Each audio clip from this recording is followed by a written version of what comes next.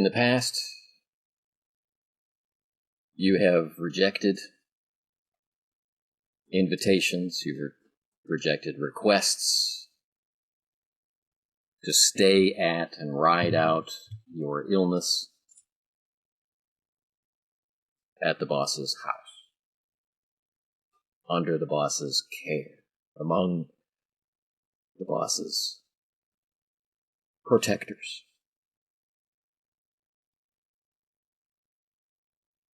Last night, you changed your mind. Why?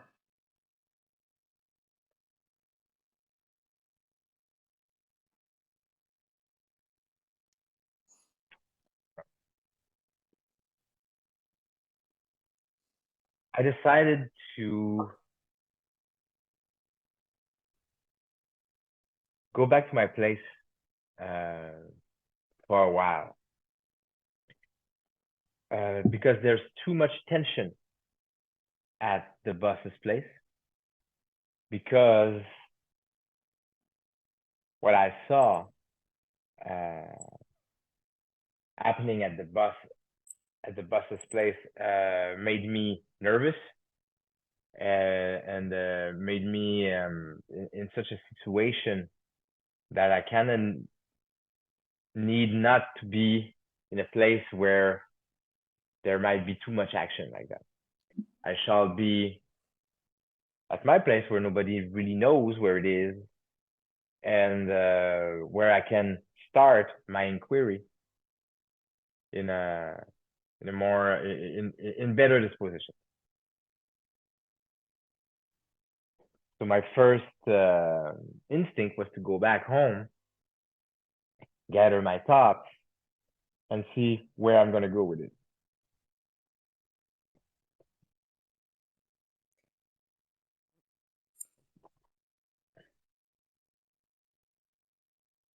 Pain is your constant companion now. So, wakefulness beat the dawn.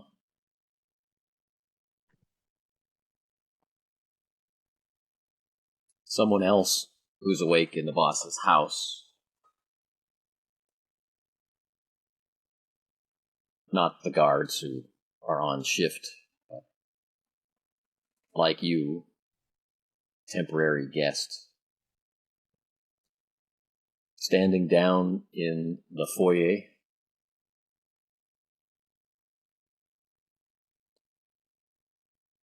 is Rory O'Shaughnessy. Oh yeah, as I go down, the bus, the bus is mentioned. I go down to the foyer. I see Rory, and a coffee pot still warm on the table, so I just come back and behind him silently pour myself some coffee. I go staying, I have the table in front of me. I have Rory looking at the foyer in front of me. I stay behind the table. I sip my first sip silently. And in the big room of such a big mansion, what I do is I let my voice stay just lower enough so it doesn't echo everywhere in the mansion. I say, well, thank you, Rory. And by the way, no hard feelings if I needed to double check Arnold Malone. And this crazy story, very impressive story you were telling me about. He jumps and then does that like sudden movement, like adjusting his coat to try to cover up the jump. And he turns around and says, I would have done the same thing. The coffee smells good. dark circles under his eyes. He hasn't gotten any sleep.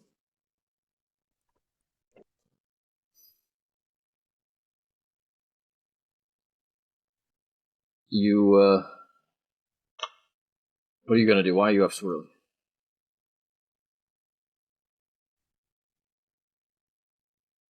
The hot coffee kind of make me all warm inside, and first couple of sips makes me almost sweaty as it is so hot. So I start to roll my right shoulder, my right Sleep. sleeves, my right sleeve, and as I turn my right sleeve up, I start to see a lot of blue marks over my forearm. So I stop, and nervously I bring it fast down. Again, I saw, Rory, being old at this time of the year in this old mansion with lots of very cold and humid and windy little places that come and reach you under to your bone, under your skin, if I shall say. That's first. Then the rest of the situation is just an overall pain, if I can express myself that way. So sleeping has been hard. You're gonna outlive all of us. I kind of laugh a little, not so much. Hide the laugh with the coffee cup. I say, so the Morgans, they give you problem, kiddo.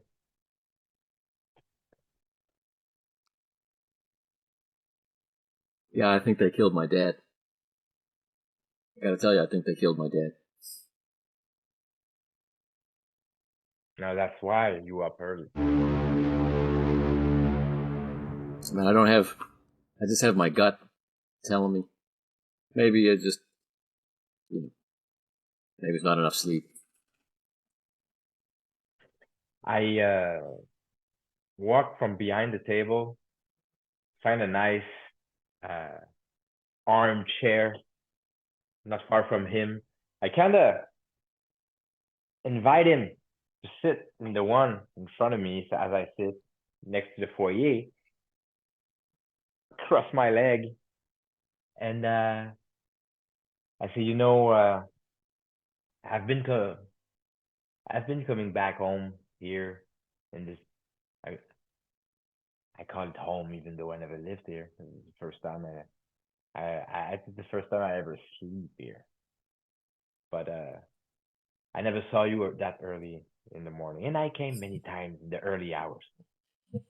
You're the only reason that I'd be up early in the morning is if I didn't go to bed at night. That's for sure. I can't remember the last time I saw a sunrise. I kind of laugh a little bit with him, not for a long time, just showing some teeth. That the foyer kind of shining in the teeth. I said, listen, the boss has spoken, and am I gonna need some help sometimes? At least to maybe give me some jump start about that the Morgans, where they are, if you have some idea where I can find an entry point. The boss is nervous, and old Lou Malone is not old Lou Malone anymore. It is something else. I think we can agree on that, you and I. So I will. We're gonna have to be very careful here, Rory. But I would appreciate, because I don't know these young kids. I don't know where they are. I don't know who they are. It's been a while since I've worked with y'all. But that's something we need to take care of, right, kiddo? Yeah. Yeah. He's trying to find his way to what he wants to say. And then the heavy footsteps of the boss coming down the stairs, and a low muttering, too low to make out real words, but the tone is clear. Disappointment and anger. Whoever the boss is talking to coming down the stairs is getting an earful of disappointment and anger.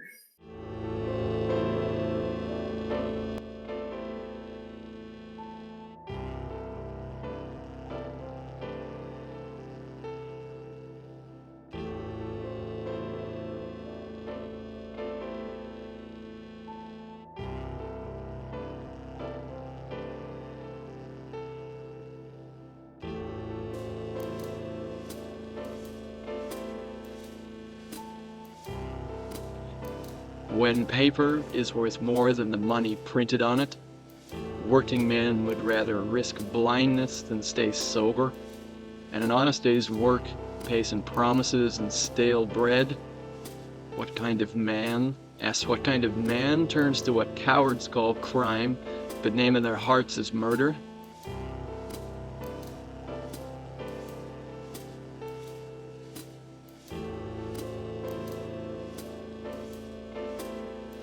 Thumbs wag, and fingers point at the gunsels, the black sheep, heads shake, disapproval, and boasts of what would be different if someone had just taken charge, or if no rod had been spared on pinstripe boys playing as men. Things would be better if folk had just listened to me, they say, and sigh at the loss of the perfect world that could have been.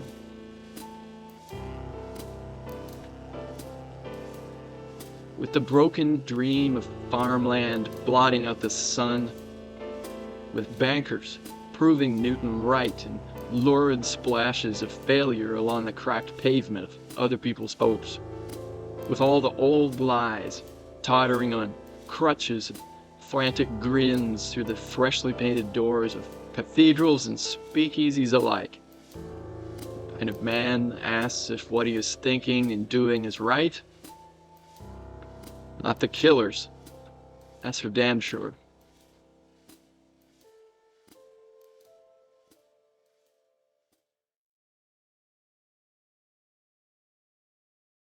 That person, some lawyer or something, right? Notepad in hand, curls around the bottom of the stairs and heads into the back of the house, and the boss angles right toward the front room where the two of you are.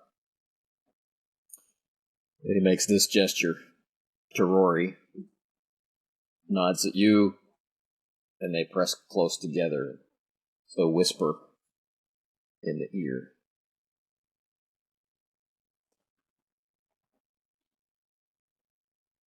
There's a stiffening of Rory's back, like he's going to protest, which never works. And then he just relaxes, he nods his head and says, okay. Nods at you. I'll check in with you this afternoon. Where are you going to be?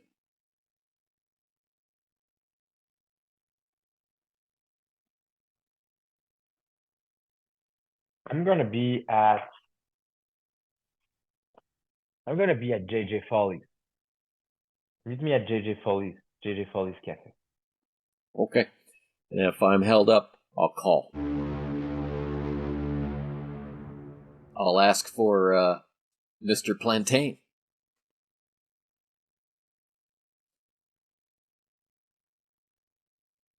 Or not. Okay. Mm-hmm. Just looking at you, not sure understanding what he meant. Maybe might be a joke from the past. Might be some insight he doesn't remember. Those blood transfusions take so much energy, so much time. And realized he got slower. In his thinking. At the same time, he stands up. I stand up. I go toward the table, where the bus is, to get a little bit closer to the bus. Grab the coffee cups, second coffee. Want one, boss? Looks Yeah, looks like a busy day. I want one, and you need to eat if you can.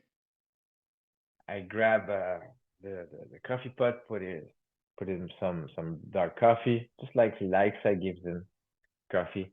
And I said, now, He boss, looks at he looks at Rory. He looks at Rory as you're passing the cup. He says, "Are you still here?" Rory nods to you both and departs. I sit at the table now. I leave the boss's familiar seat available. I sit where I usually sit, and I look at him, and I take my time before speaking, taking the time to find the words, and boss, there's something we didn't talk last night. I don't want to come back on this old Lou Malone situation. I want to talk more about those books, or that book exactly. Like it. Why do Mickey and a bunch of corrupt cops somehow goes to a place to get a book? Correct me if I'm wrong, but usually where there's bookkeepers and book people.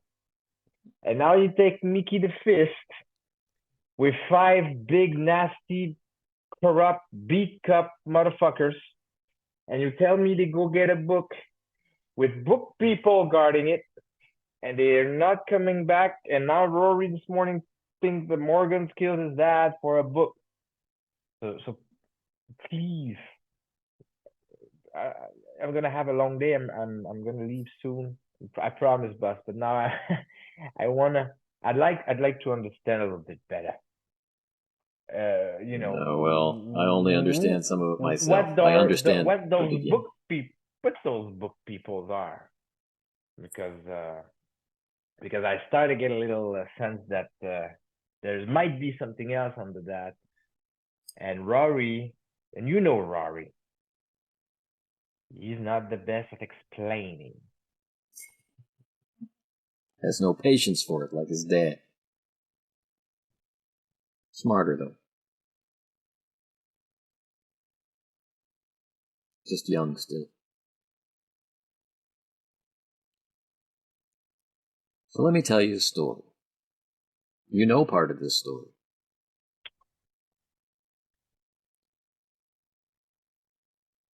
About 6, 7 years ago now, there was a huge scandal.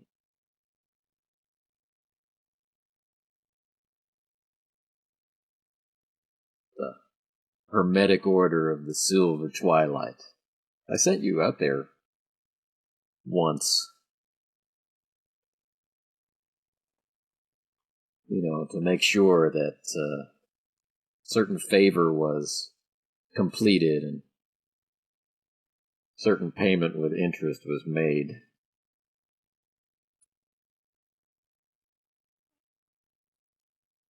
But some of the important members of the Hermetic Order of the Silver Twilight, there was Edward Gavigan.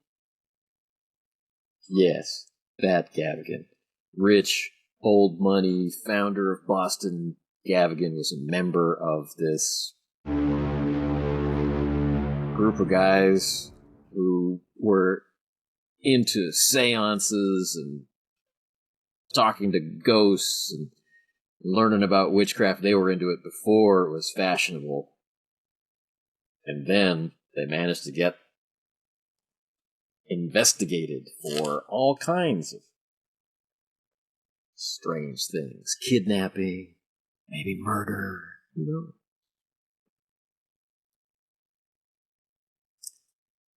There are 2 Gavigan brothers. Edward, the elder, and Albert, the younger. Albert managed to get away from this investigation without any real attention being paid to him.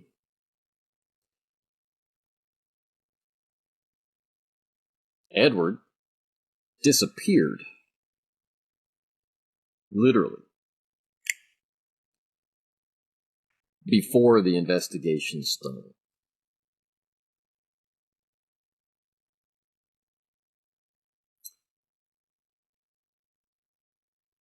And they had this house guest.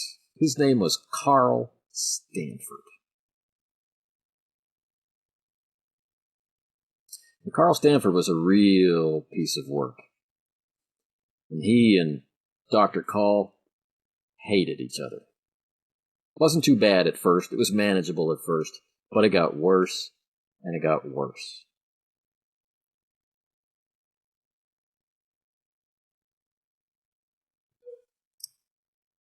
Now, you know, and I know, that nobody loves women more than Mickey. And I've never seen Mickey pay attention to anyone other than me more than a beautiful woman walking down the street on a summer day. But that Carl Stanford, he had Mickey wrapped around his little finger.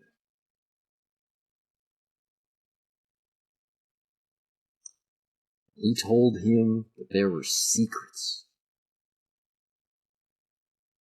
And I'm starting to think he's talking about secrets like old Lou Malone down in a box in the basement.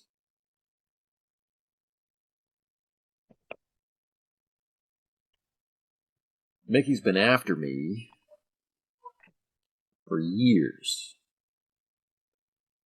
to get Stanford's stuff. Stanford lit out of town before the cops could find him. We haven't seen him since. Thank God. But Mickey's never forgotten. I don't know, maybe you were busy in the hospital, but about a week ago, this notice went up about auctioning off 3 rare books.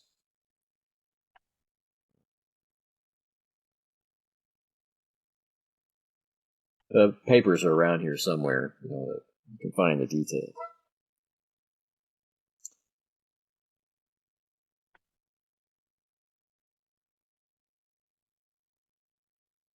Books go to the auction house.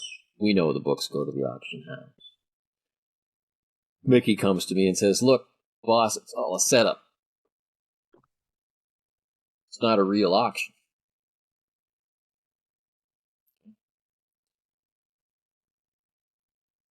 Gavigan has agreed to give me the books, but he doesn't want to be connected in any way to this. So I got to steal them from the auction house. So, I roll my eyes, and Mickey complains, and I don't see any harm in it. I finally agree. That's my mistake. They put a guard in the hospital.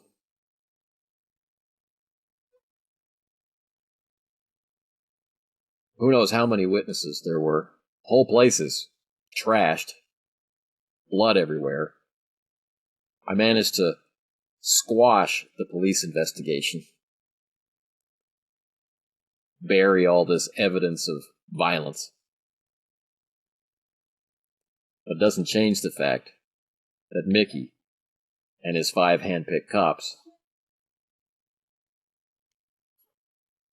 gone. So I'm thinking to myself really hard.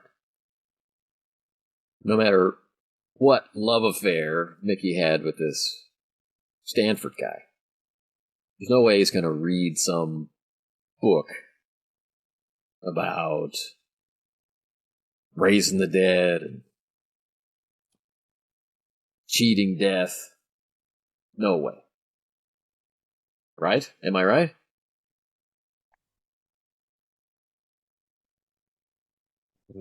this whole you're right, boss. I mean, there's a lot of things that's weird and kind of not make sense. There's more to be found there. And boss, I was talking to Rory this morning before you sent him do something he doesn't want to do, obviously. But we know him. The I will what the way I see it is that he's gonna put me on the Morgan's trail, and I'm gonna take a look. I'm gonna take a look tonight with him. Maybe after supper with him or something. I'm gonna try and get him involved. It might be the only one I trust among all your new goons and your new faces I don't know about. If I may, if you allow me to kind of utilize him tonight or sometime this week, just at least to give me a ride somewhere. But before that, I think I'm gonna need that paper that you just talked to me about. That newspaper. Thank you, boss. And my the if you give me a little bit of time, I just to go at the bottom of the story, see what's the deal with that old room alone situation, if I can call it a situation, and also then I'm gonna try to come back on you with that auction house, because for me the way you talk, I think this is way more than if Mickey was right, and he's always right. There might be something going on there that is more than just a bunch of book people doing bookkeeping. I would have done something about it sooner, but there's been. I see. I can see that. So as I full of that new caffeinated energy, I finished the second cup of coffee, put it there with some gentleman manner. I kind of take away the little white thing that napkin. I put on my napkin that I put on my leg. I put it on the table with the clicking and the little, porcelain sound of metal. I kind of push the coffee cup at the center of the table in a simple, polite manner. I stand up. If you excuse me now, boss, I have some work to do. As I grab the paper, you got me, turn around, grab my coat that I put on the back of the chair before I sit and talk to Rory. And as I put it on my really skinny, now skinnier shoulder, already skinny, now skinnier shoulder, I put my jacket on and put my scarf around my shoulder. Is anything else, boss, before I leave? And I grab the paper, put it in my inside pocket, and then I put the hat, and waiting for his response as I fit my hat very low in the usual fashion. Will you eat any breakfast if I make it in order? You know me, I don't eat before darkness. Never did, boss. Never will. And then I nod with the hat, and I head toward the entrance with one hand, left hand in my pocket of my very high-waisted pants, and then I left with that very dynamic and confident penguinish stance with the knees kind of coming out a little bit on the side toward and the head, when I walk with some anxiety and a lot of thoughts in my head, it's like the weight of the thoughts is in the cranium, so the head kind of tilts on the side like that, kind of leading the way. So all you see is that shadow of a black man all dressed in black with the hat, but the head is tilted a little bit. In the entryway, there's 2 doors to pass through. There's, of course, muscle there, and on your way to the door, one of the servants is heading to the door, and he just says very quietly to you, "Would you like a car, or would you like us to call a cab?" A cab, the usual. Thank you. I go, I leave the house on the porch. There's goons at all the usual places, and I try to make sure that those that are close to me, we have eye contact at least once. So I get out. I know they're there. I look at the ground. I don't look at them. I grab a cigarette in my pocket, light it in a very even if there's no wind, it's just a habit. Then I take a first breath of it, and then I look on the left, catch an eye contact, go on the right, catch an eye contact, and then I take a few seconds On the and go right, down the steps. there's like not an argument, but it's not a friendly conversation either. Two goons, right? Heads really close together. One guy's tapping the other guy on the shoulder, kind of a get it together kind of manner, right? And they're almost whispering, so their voices are carrying in the still morning air. The sun is coming through these heavy clouds. You're high up over Boston. You can see these heavy storm clouds rolling in off of the ocean. Right? You can smell snow in the air. Early. There's already a dusting across the yard, but something more serious is rolling in. But through that still, silent dawn air, his arms were coming out of the box, through the wall.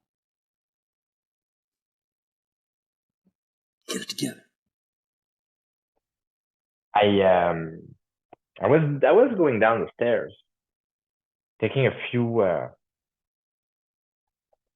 breaths of my cigarette. The only one I take is always in the morning, after the 2 coffee. And I was thinking to myself, I shall stop this. I'm looking at the sky, and I tied up my scarf and finish up as I'm walking down the long stairs. I'm finishing up thinking of my jacket, putting it around my neck because it's kind of cold, colder than I thought. And then I'm listening. And what I do, I've been doing this since I'm a teenager, since I'm a kid, is I know how to place myself in such a way that I look like I'm doing something else and that I'm not listening. Just an old trick from the street. I want to hear what they're saying. And when he says that, I kind of cringe. And I'm like, yeah, I'm not quite sure. These guys, I think these guys, he's just young. I think he thinks he saw things. Just young. Just a kid. The kid. And, he was not there when they shot him. So I heard all kinds of stories. It's just, he's panicking. First day on the job, probably. As I wait for the cab.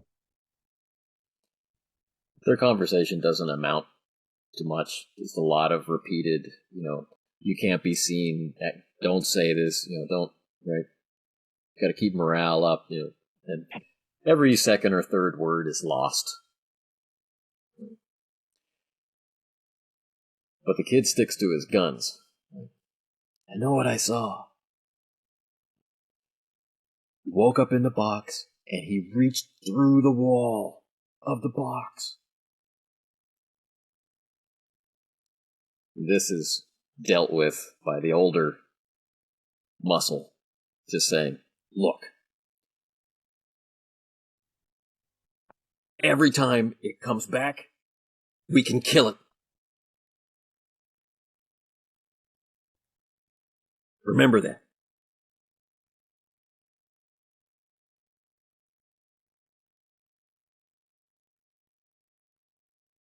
Now do a perimeter sweep.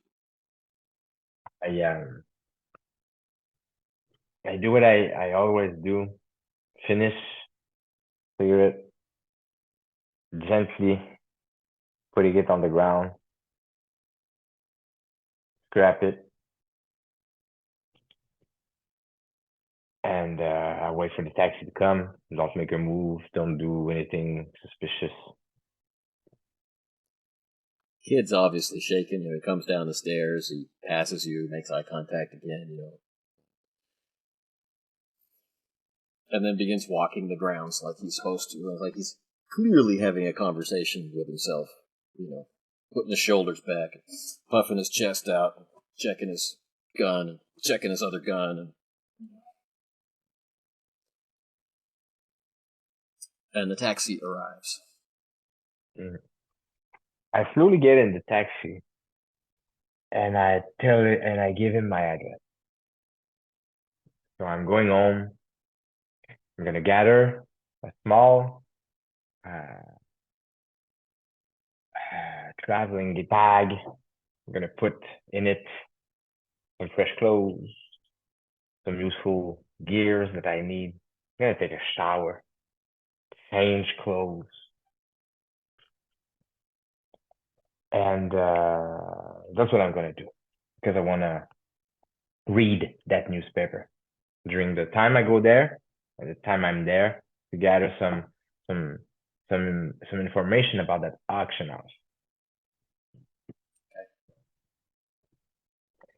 And then on the taxi drive, I started to ask questions to the driver. Hey,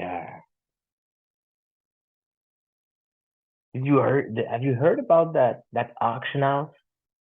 I heard they have a big auction not so long ago about books, and it went well. Have you heard some rumors? Yeah, my old lady says that I should be, looking in dumpsters or whatever, trying to find the books we can retire. Can you imagine what those? They must be made out of gold. What do you mean, fella? I mean, who steals books? They gotta there's gotta be something special about them, right? They gotta he's all twitchy. They gotta have they came from the Gavigans, right? Those guys gold plates and that's their mansion right there. That's their mansion right there. The place is huge.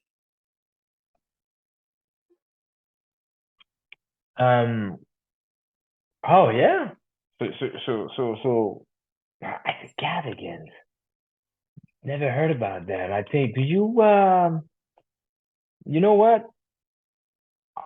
I'm trying to make some connections. I think. Have you heard about the Morgan family? Some people talk about the Morgans. I heard the Morgans all the time. Are they part of that family, those Gavigan guys? Or, I mean, have you heard about the Morgans? It's like He says, you seem to know everybody around here. Are you a cop? Do I look like a cop, pal? No, you don't mind me saying, you look like you've seen better days.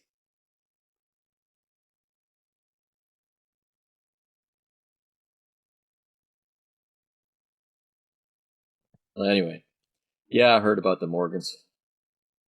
Not in the paper, though.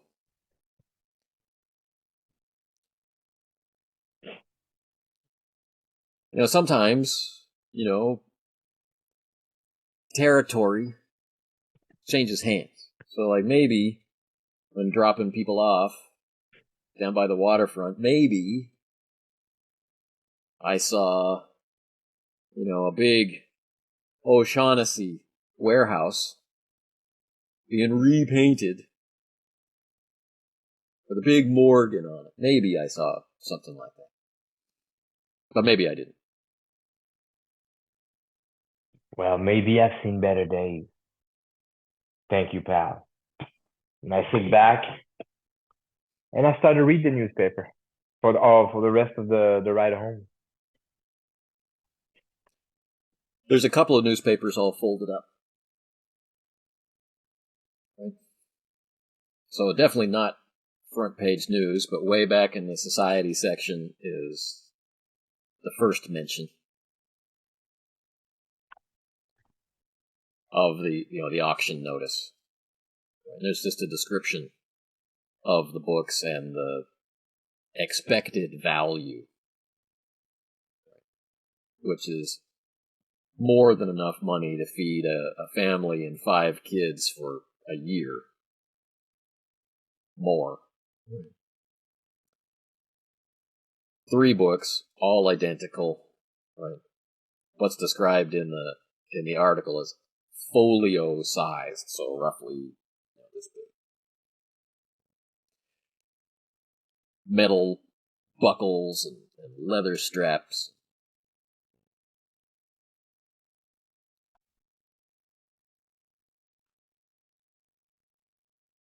By the time you've found that and read it, you've arrived at your destination. I cordially pay the driver. I always give a fair tip. I wish him a good day, and I get inside my building apartment. He calls out after you like, "Sorry, no offense. Feel better." I keep walking. I just turn the head like that. I kind of nod with the hat so it's visible, and I go toward the building. Inside the building, I do this place. I've been here for a very long time, many years, and so I have my routine. Every time I get in, I look at the right swiftly to see the letter boxes, and if I can tell there is something inside from the holes that are pierced through it. Nothing, and I go 3rd floor, last apartment, alone. And when I reach the 3rd floor, the smell gets more familiar. It's less printed with food and cooking and stuff like that, as I'm always there, as I'm never there. So it's just dust on the 3rd floor. And I get in and I open the door, get inside my apartment, my apartment, super neat, super clean, but so much so that it's almost like it's unused. It's like there is this fine dust on pretty much everything, and the glass that I'm using to drink, I clean it every time, so it has that dirt of using it so often, never really washing it because you always rinse it, and it's just a cycle of just doing the same thing over and over again. It's very minimalist lifestyle, nothing, no art, no nothing. It's just as I get inside, I just get undressed, put the hat at the same place, put the jacket at the same place, and the scarf in the same order at the same place. I go, start to, everywhere I step, there's a movement of taking off the clothes that comes with it, get into the shower, and I clean myself. In the shower, I have all kinds of thoughts. I think about that kid, that dimension, going almost nuts over some nonsense. And the book must have something to do with it. There must be something going on there. It doesn't make, and I know that's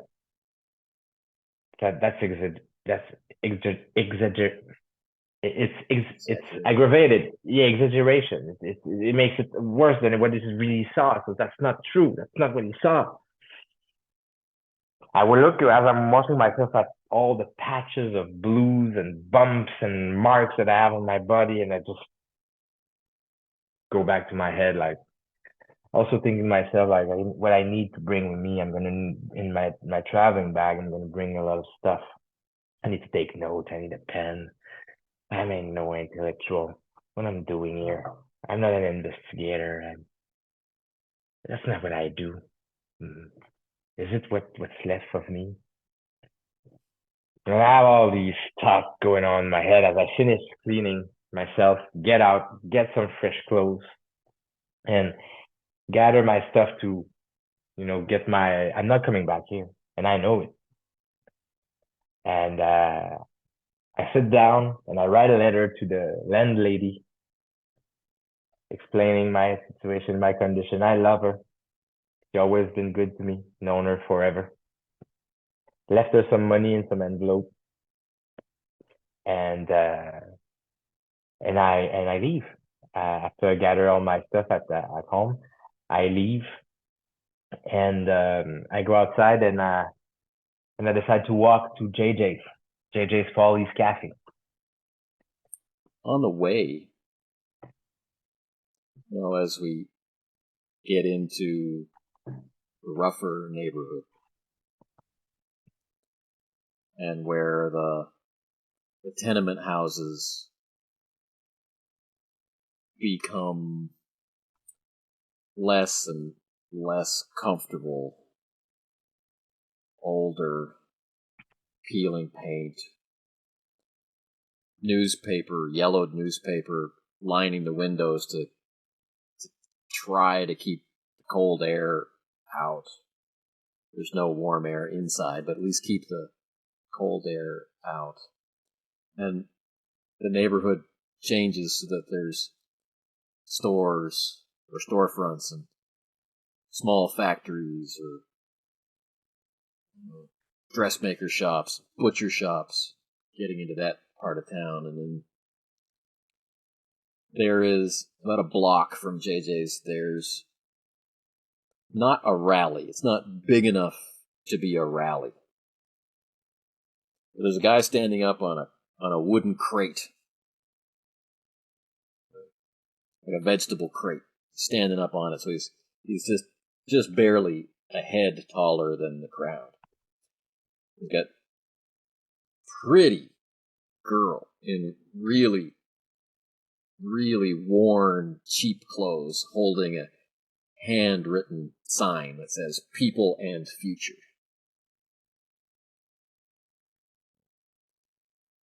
And he's giving a speech.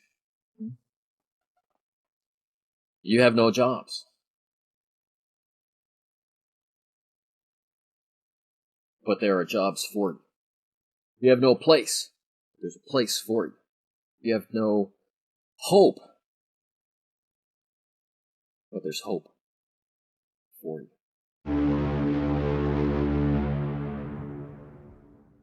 High sounding, impossible sounding words. Just down the street, there's a soup kitchen. Always full of starving people. Not too much farther is the line for day work, for day labor. That line never stops moving. People sleep on the sidewalk for a chance to work for pennies. And this young guy in his cheap suit is promising work and hope.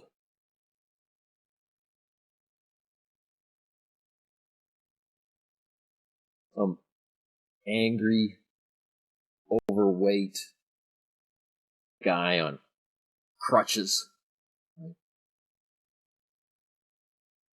His legs have worn yellow casts on them, broken legs. You got work for me?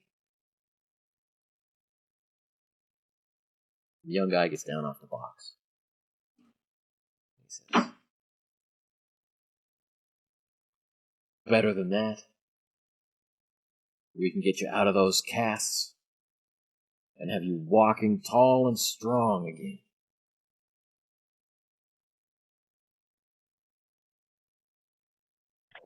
As I hear that, I get closer. I keep a strong and firm hand on my travel bag as I know better in these places with these hungry people. And I circle around the crowd, doesn't want to get inside the crowd, but I circle around the crowd to get just on the better side, just to see a little bit better if what he says is a possibility.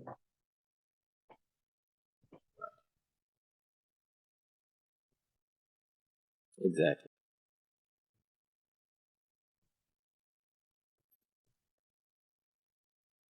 The woman looks completely sincere.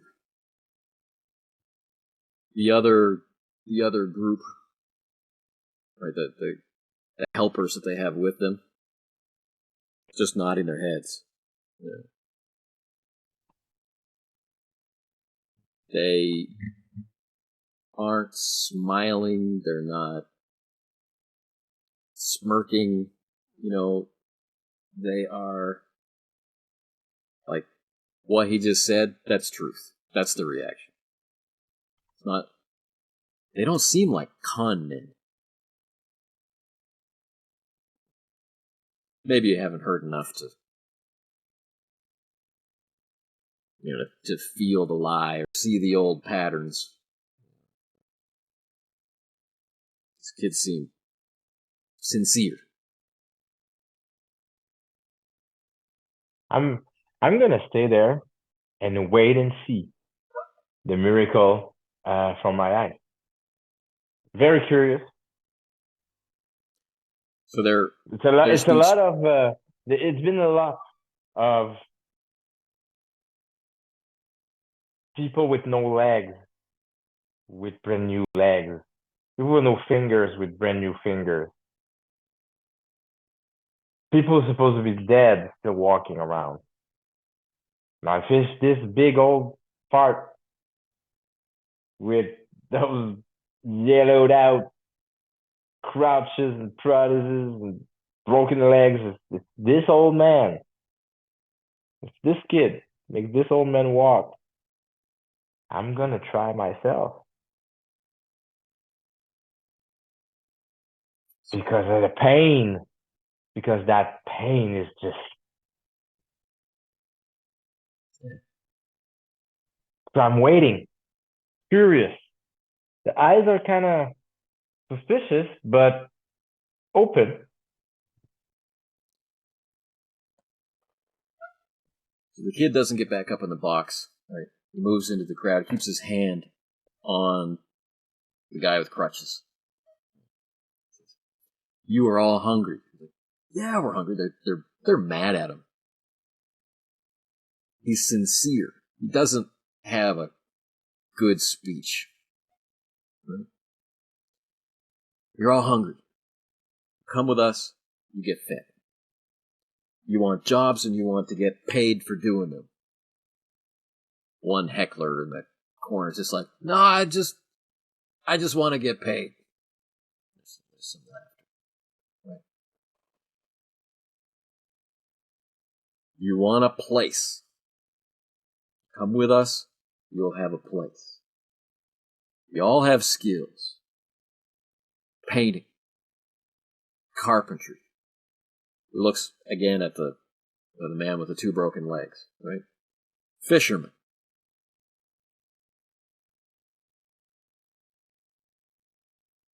Come with us.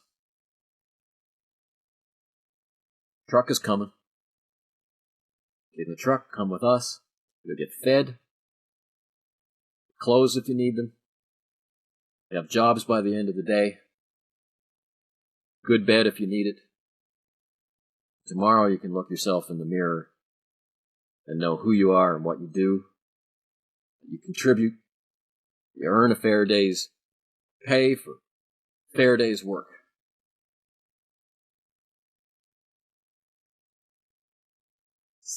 Slowly, he's kind of winning them over, but the crowd is starting to break up. He's not wrong about the truck, though. There's a truck coming with a brand, freshly, professionally printed People in Future sign. As I see people kind of moving away and gathering away, I kind of get close to that kid who's yelling. And I come close to him and I say, "Hey, kid, I have a question for you." Yeah. Sure. He and the girl both come over. I get close and I say, "You say you can rid that man of his broken legs?" Not me personally, but yeah. Yeah.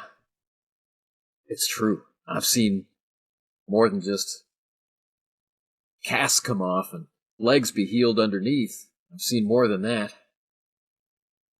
I don't know nobody else than Jesus does that. Girl nods her head. Neither did I. But it's true.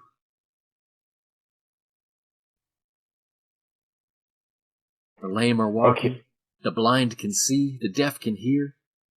Oh, okay, wait a minute. Okay. Listen. Where can I see that person who does these kinds of things? Is it possible for me for you to arrange some kind of meeting? I'd like to talk with the man. You're really sick, aren't you, sir? I look at him. I don't blink.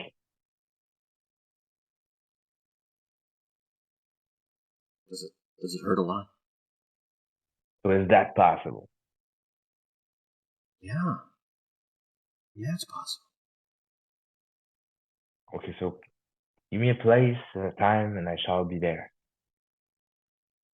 We're going there now. Do you need a hand getting in the truck? I grab my pocket wash, put it back in that old thing still works. Might have to crank it back every other month, but it still works. That's fine. I have a meeting in an hour or so. So listen, I don't have much time today, but what if we arrange something like tomorrow, same time? I can maybe meet you here, same time, same place. I shall go. Boy looks at the girl. We'll be in this neighborhood again in 2 days. Not a problem. Can you give me y'all name? We can. The name's Bob, by the way. Robert. Robert. He holds out his hand. My name's Robert too. Shake his hand. Try to have a firm grip still. But the feeling is so warm and powerful from this young man's hand that I don't stay there long. I'm sorry, kiddo. Can you repeat your name? It's Robert. You're Robert. Altman. You're Robert too. Yeah. Altman. That's gonna be easy. Robert Altman.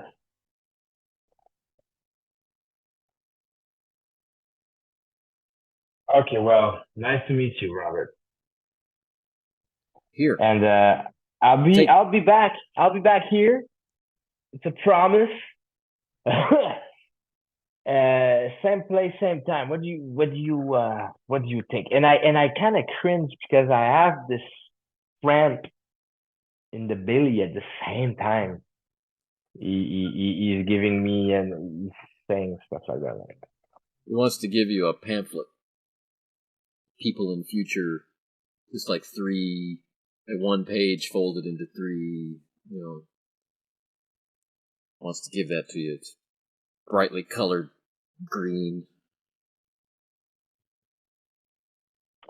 I grab it, put it in my inside pocket, and I nod to them politely and decisively walk away toward JJ Follies.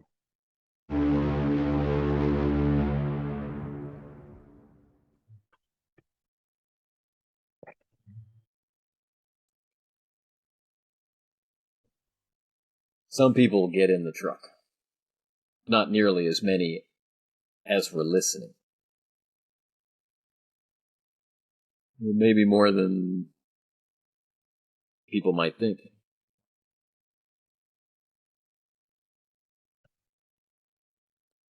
People are desperate. They're walking past the soup kitchen, walking past church, those windows boarded up.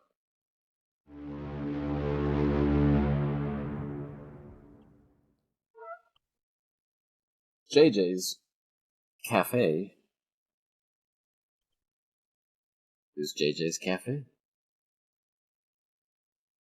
As I arrive at JJ's Coffee, JJ's Polly's Coffee, entering the place is almost mystical. It's one of those rare places where you can smell tobacco mixed with all food, comfort food, greasy-ish food, especially at this time of the day. Alcohol smell as well. And you can see lawyers, high police officers, and common people, and some bootleggers, and some gangsters all drinking at the same place. In the safe haven in Boston. So going there is a statement. If when I told Rory, when I told young Rory to meet me here, the statement was, I want to meet you in a neutral place. I want to meet you where nobody's listening. I want to meet you in a place where we're going to be able to have some conversation. And in a place where I know I'm going to be safe. So I go there, feel that warm smell and that warm ambiance. At this time of day, it's quite busy. So I sit inside because it's kind of cold outside. And it's weird because the wind creates these whirlwinds mixed of that powderish, too early snow, but mixed with the dust of the industry and the summer dust that's left in Boston. It's those weird whirlwind outside. So I undust myself with the snow and dust mixed in. It's very dry kind of snow. And I put my jacket on the chair, take away the scarf, put it back in my jacket, and then I look at the menu, order a coffee, waiting for Rory.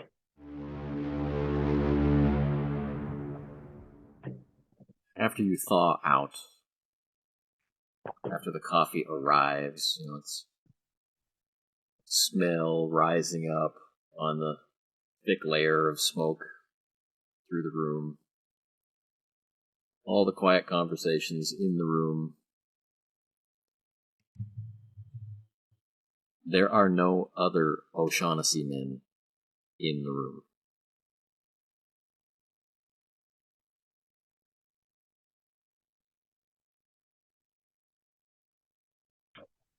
So I'm looking at my watch, find out if Rory's on time or if he's late and how late he might be. As I wait patiently, looking outside sometimes, making sure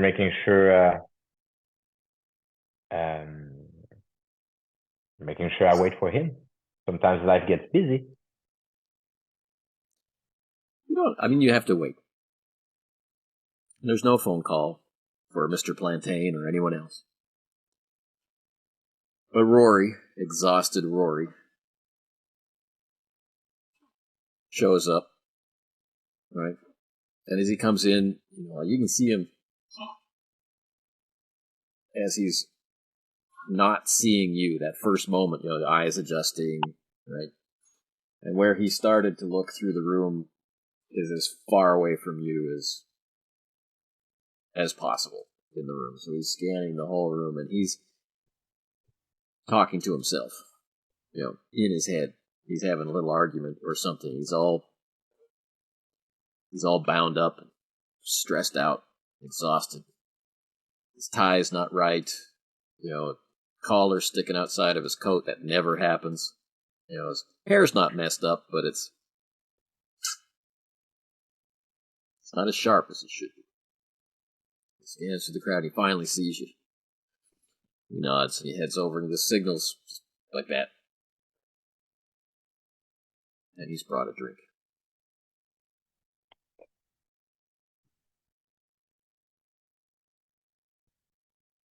So, what's going on, Rory?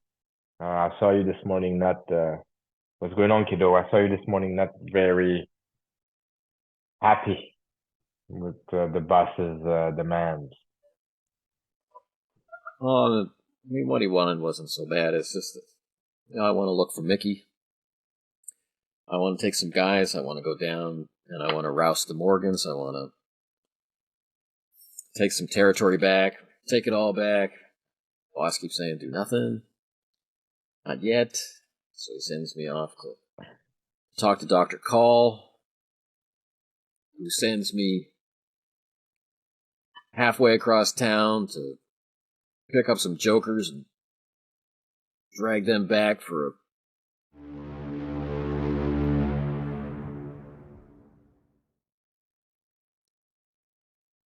And they said they saw Mickey dead.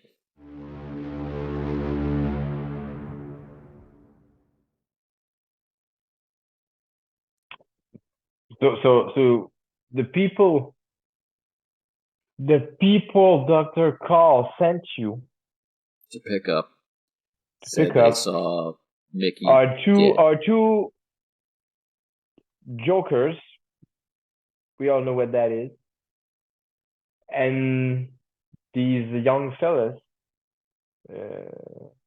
they claim they saw Mickey's dead. Mickey being dead. Where and how? Who are these jokers exactly? And I kind of lean in a little well. closer, and he says, they also said they saw him get up and move. You know what that sounds like?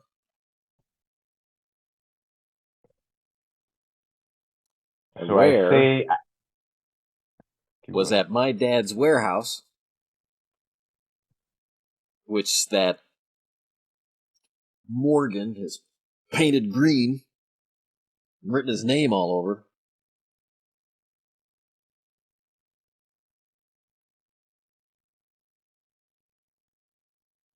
That's where they saw him. I stay over the table. As he leaned back, my eyes are wide open. I was not looking at him in the eyes. I was looking at his fingers on the table when he was speaking to me. Trying to see his raw emotion in his fingers, not in his face. No trick from the street. And he leans back. I stay there. I don't blink. Okay. I take my last sip of coffee, one shot, and I said, I order some food. Yeah, we gotta eat. Okay. You as well. Yeah. Yeah, you as well, kiddo. So yeah, there you go. So okay, here's what we're gonna do, kiddo. Listen carefully.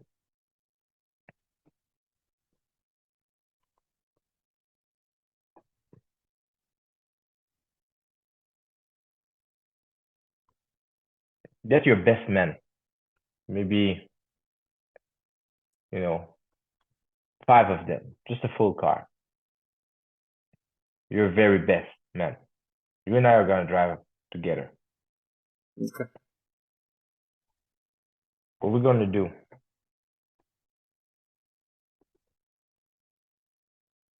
We're gonna make a big statement, old school way. We're gonna go. I'm gonna go back at the mansion. I'm gonna ask permission from the boss. There we go without saying. But we're gonna burn this whole place to the ground. Make a big statement. And I know that's what the boss is gonna ask me to do. I'm kind of confident about that. If it's not, well, we shall do as he please. So, but I think that's what's gonna happen. We're gonna go there. We're gonna burn that new Morgan paint to the ground. And if there is some nonsense in it as well. But first, we're gonna figure it out. We're gonna go get Mickey. If Mickey's body is there, he deserves to be out of there and get a proper for real, the old way, the old style, the way we always do. No, none. Listen, kiddo, we cannot let that happen without doing anything that is so big that everybody remembers that the O'Shaughnessy's are still in control. Yeah. We cannot have Mickey having it be old Lou Malone situation, if you know what I mean. Kiddo. I know what you mean. All right. So as the food arrives and I stop talking for a while, we eat. He's really and I say to him, listen, kiddo,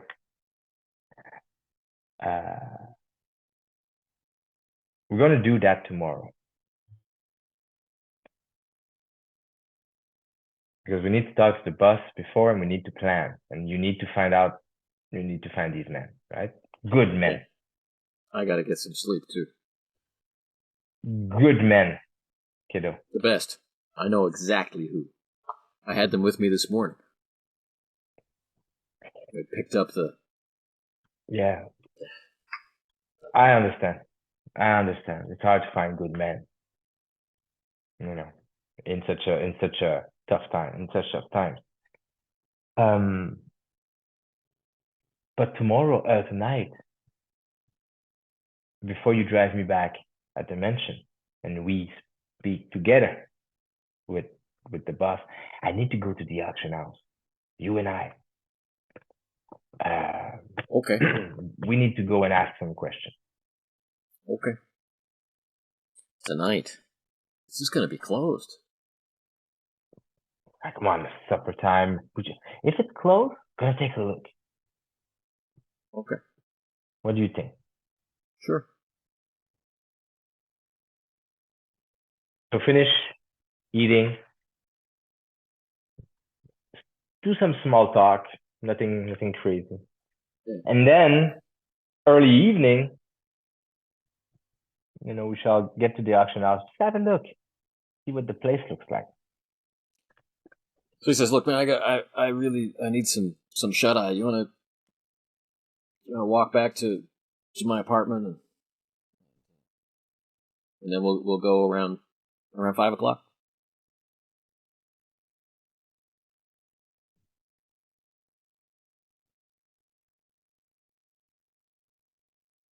You're the driver.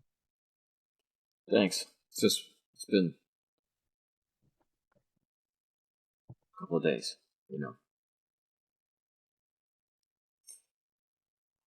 It's not far. He gets some sleep. Afternoon passes in a fog of digestion and pain. Snow really comes down, like middle of January, whiteout blizzard, just dumping on the city. His alarm clock goes off. 4 o'clock.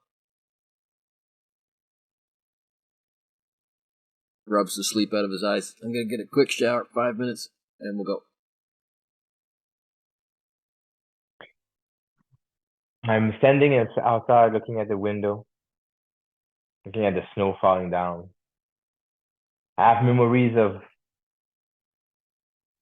my teenage years, when I was left alone, early adult life, 18, 19, being immature, but being a street kind of guy, oriented kind of guy. Remembering the days when I was taking nap in the afternoon, like Rory at his age, doing the same kind of job.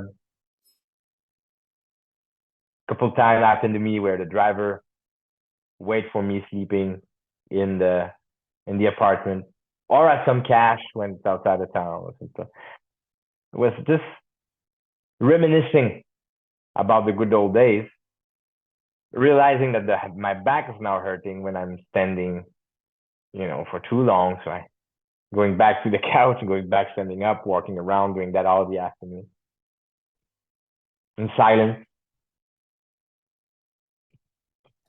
He finishes his shower.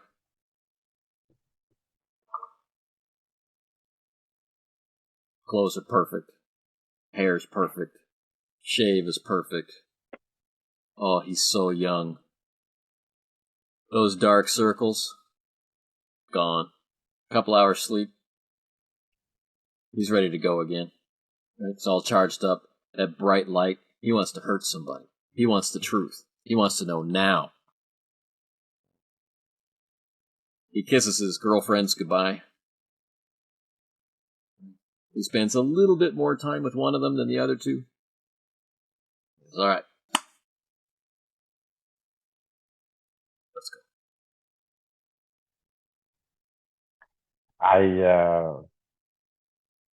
I walk.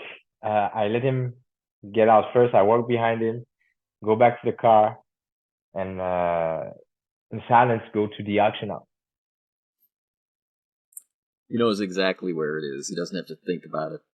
He just goes. In the car, on the way there, I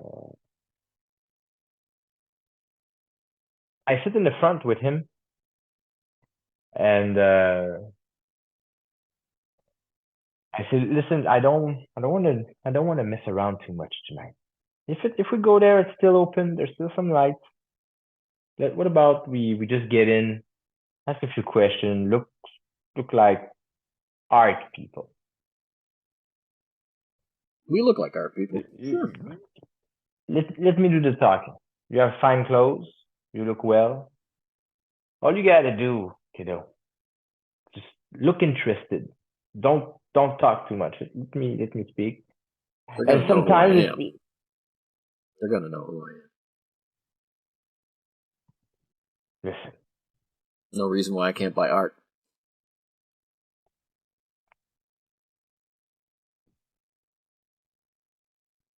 If they know who you are, if you think that there's a possibility for that, it's okay. Why don't you just stay in the car and you let me do what I want to do here?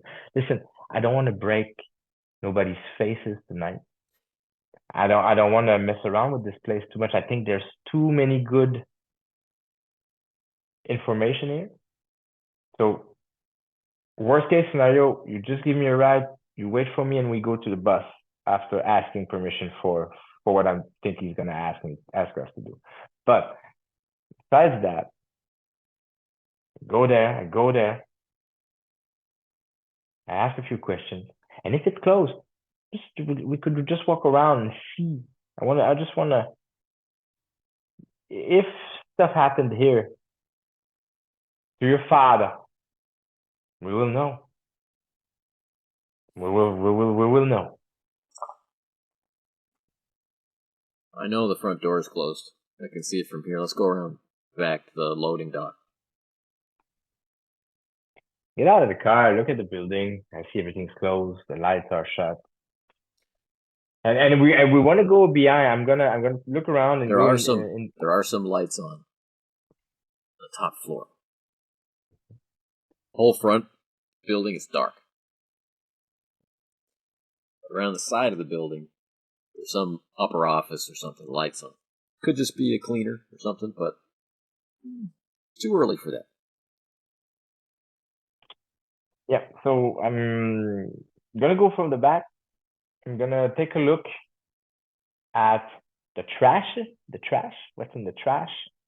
I want to try to find service escalator, a service entrance staircase. Now, getting here, Rory was confident, hands firm on the wheel, driving through deep snow. Stepping out of the car, snow's up to your ankles. Still coming down. The whole world's like got a blanket over it. All the normal noises of traffic, of the trolleys, of horses, of cars, they're all still there, but somehow it seems like you can't quite hear them. Everything is muffled. And you should still be able to see well, but the thick cloud is making it almost like night, except for the weak street lights. There's one bulb hanging down in the loading dock. Big pile of trash. The back door, the loading doors, there's just broken pieces of wood nailed up over them because the doors themselves have been torn off the hinges. Back windows, all broken out and boarded up. So anybody who wants to can just walk into this building. The only thing stopping them is people don't do that.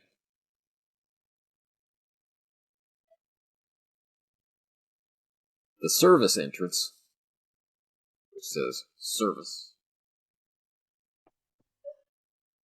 is closed. And over it is another light, electric light, turned off.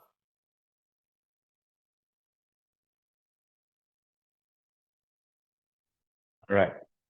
So I'm gonna, as we are in the back, I take a look at the trash, see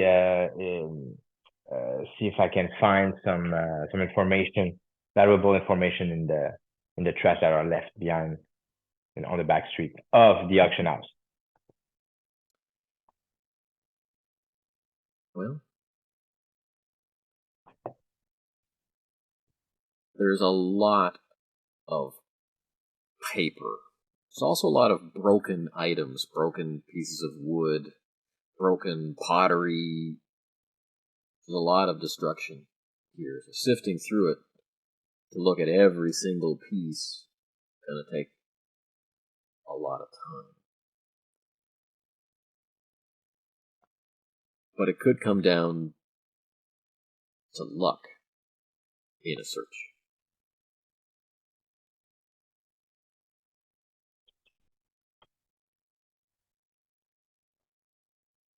I started looking around in the papers, and there is snow is falling, so that I have to take away the snow, and then I have to take away. And when I see how much work and how much like the dim lights and the snow, and I just don't see much.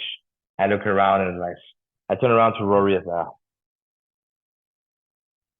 and I give like some kind of, and I kick one of those broken wooden thing, and I kind of kick it in the snow, kind of frustrated a little bit, just trying to lose my cool too much, but kind of frustrating. And I try to open the service door in the back.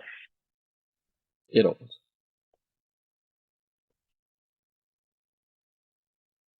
So as soon as I see that it's not locked,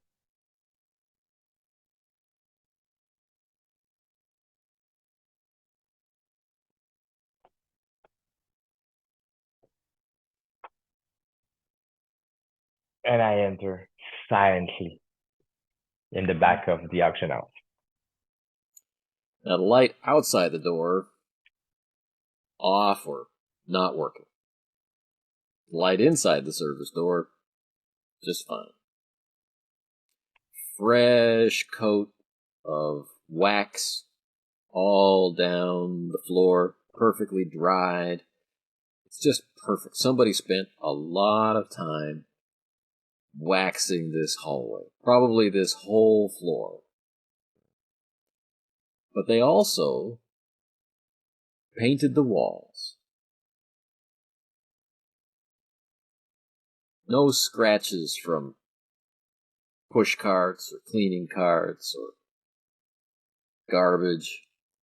They also painted those wooden strips, at the bottom of the wall next to the floor, right? The wainscoting. They painted all that stuff too. Everything is fresh paint, fresh tile, fresh wax. The smell is paint. Take my hat off. Take my scarf off. Gently fold it in the pocket. Put it in the pocket of my long trench coat, wool trench coat, black, and take away some of the. I say, hello. I'm There's so that sorry. concrete echo. Somebody here? Hello? And I start slowly walking, in the hallway in front of me, taking a really, really observing look at the walls and the flooring, and as I walk, studying the environment around me.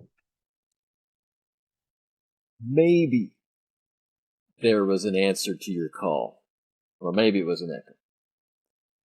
Your feet, your wet shoes on the waxed floor are squeaky. The walls, the tile, everything it's not just waxed and painted. It's new. Fresh.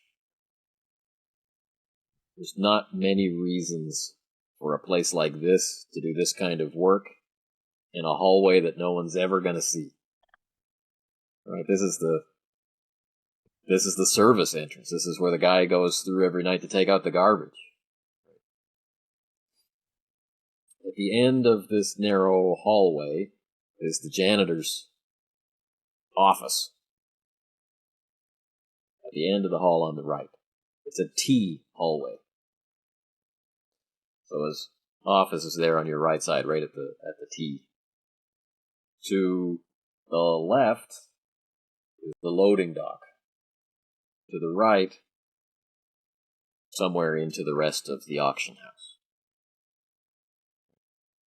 And no way to go forward from this point.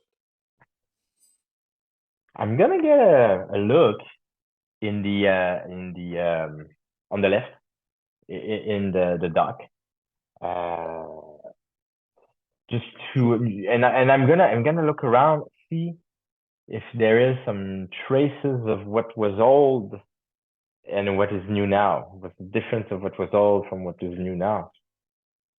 Take a look around at the dock, especially the door, and the stuck that is there. This is really obvious, right? It's a metal sliding door. Whole thing has been pulled out of the ceiling. It's all crumpled up and up against one wall. So as you're looking down this hallway into the loading dock, the far wall in the loading dock, right, has this crumpled up metal door resting against it, out of the way. That wall, there is a long brown spray. You know that spray. It would have been red when it was fresh.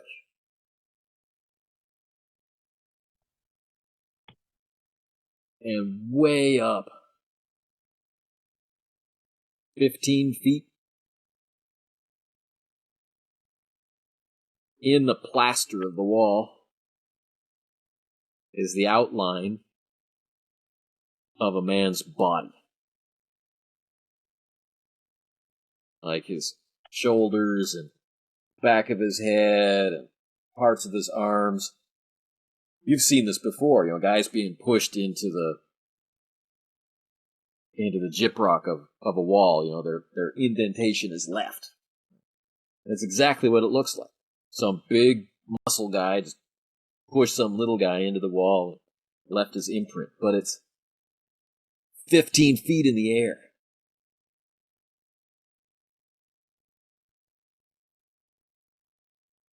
The floor, swept clean, new coat of wax. And that's all you can see down this hallway unless you go into the loading dock itself. I get into the loading dock. I watch that, and I get into the loading dock as well. The air is much better because there's no door, just some random pieces of old wood nailed up across. The cold winter wind is blowing in. Snow is piling up on the edge of the doorway. The right-hand wall, there's another office, maybe for the loading dock officer or something's got a big window in it so they can look out into the loading dock and supervise or whatever it is that those guys do. Through that window, you can see a large set of safes. Big, taller than a man, big iron doors, safes. One of them, no door.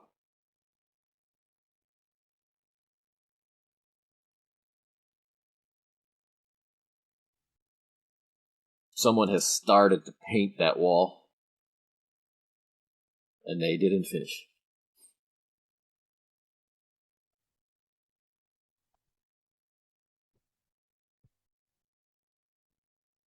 I am gonna try to open some of those saves. As a tradition, whenever I'm on a job, I try them all. They're all locked. The one with no door, the door is on the floor. Big, heavy iron door. The metal of its hinges is distressed. Right? The bar of the hinge is bent and out, and the the circle, the loop of metal that holds that hinge on the safe itself has been ripped like paper. Like someone literally pulled the door off the hinges, pulled the hinge right out through the metal. That's what it looks like. The safe itself is a good 8 to 10 inches out from the wall, farther than the other. And the shelving inside is lined with velvet. Really big shelves, not narrow shelves like for jewels, right? Or documents or paintings or something like that. Big shelves that you could put larger objects in.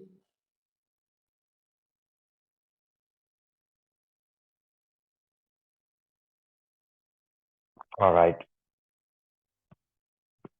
I look around and then I go back the other way, trying to go down the hallway to the rest of the auction house. You can definitely hear someone coming down. There's squeaky shoes on a staircase. All right, so I kind of hurry up a little bit to get out of the duct and get into that corridor, that lighted corridor, as soon as possible in order to meet that person and say, hello? Hello? Hello? Hello? And I walk toward the sound of the feet coming down. There are 2 men. They have similar faces. Father and son, probably. Brothers, maybe. Age gap is father and son. They've got work overalls on, spattered with the same color paint as the walls. Got some paint spatter on their faces. They look pretty tired. As the day advanced, I get tired as well. I get more. It's getting harder. So as I get toward it, and I see them, coming in front of me. I kind of catch my breath. Oh, sorry to disturb you, fellas, gentlemen. I saw a light upstairs, and I tried the service door was open. I just got in. I was looking for some information on some auction that was happening a couple days or weeks ago. About books, special kind of books. Have you heard about those? I would be interested. I would be interested to know if they've been sold, because my father and some of my old uncle might want to acquire some of those old relics. If I may. The older one's just laughing. The younger one says, "Man, I wish I could take a commission, or I wish I really could help you, but you and everybody in this city is looking for those books. They were stolen, didn't you realize?"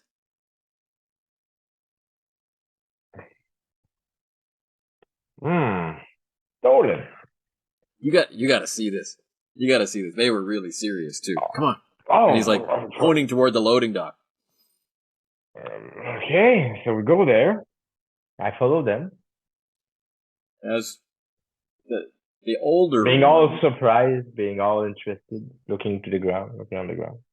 The older one looks cautious now. He wasn't expecting this. Like, well, maybe we shouldn't. It's okay, Dad. It's okay. We can show him. Who's he going to tell? He didn't even know that they were stolen. Take a look at this. So it shows you the loading dock that you've already seen. They must have shown up with big trucks, pulled the doors down, and then rushed in with guys and guns. No. So that's what so what did the police say? You were here? When No, did that happen? No. Oh, that's what you no. heard. Oh. Yeah, we're repairing the place. Well, I can. Oh, I appreciate that. I can see that. So I saw a big old hole on the wall there. Yeah. What happened? That's a weird instances of a hole. Yeah, we're gonna have to replace that whole section. We have to, bring in scaffolding to get up there. It's gonna be hard. The hell of a job. Do you know what uh what happened? The older man says it was a statue. You see that crane up there, just pointing up to the ceiling, where they've got chains and hooks and things. Somebody lost control in it. That's a long time ago. Okay. It's complicated stuff. I guess the manipulating these things. So they have so much value for us buyers. Um, and you guys and just a quick just it seems like a lot of work just for some people coming in and leaving with some books. I see the whole place being brand new, and this is a whole auction house. I used to come here when I was young. So the what's up with this new fresh painting and fresh thing on the ground? This is just the service area. Because of the police investigation, the older man continues, because of the police investigation, the whole place has been closed, so it's a good opportunity for a refresh, especially with all the damage that was done. But you can't just paint one wall and be done with it. Yeah, I guess so. So do you have any idea when this place is coming back open? I don't want to bother you anymore. I'm Well, we should be done by the end of next week, unless of course we discover some problems in the walls. I see. All right, gentlemen. I don't want to take more of your time. I'm so sorry if I You really if I shouldn't. disturbed You you. really shouldn't be in here anyway. I guess we shouldn't have left the back door open, but it seemed kind of silly to lock it with this. All right. So I put my hat back on and I just leave by where I entered. Take I care. reach Rory. I reach it. I nod with my hat. I reach Rory in the car in the front. I say, okay, let's see. Let's see about the boss. Okay. They did a. He was just sitting in the car listening to the radio. I found the usual in here. They did a mess of a job. Mickey and his goons. They did a mess of a job. For some reason, I don't trust these two workers there. Who start to tell me a weird story. Oh, what they tell you? I don't know, kiddo. I have like that weird feeling, that gut feeling. You know what I mean? I don't know what you mean. You think they were lying to you? I think they were lying to me. I'm not sure. We have some stuff to do. We're gonna come back here maybe one day, right? We're not done. Let's see Well, all about the that. evidence is going to be gone if they're fixing the place up, right? It's already fixed up. Yeah, I think it's too late. Okay. Yeah. I don't know. Let's see about the bus. Okay. Let's see about the bus.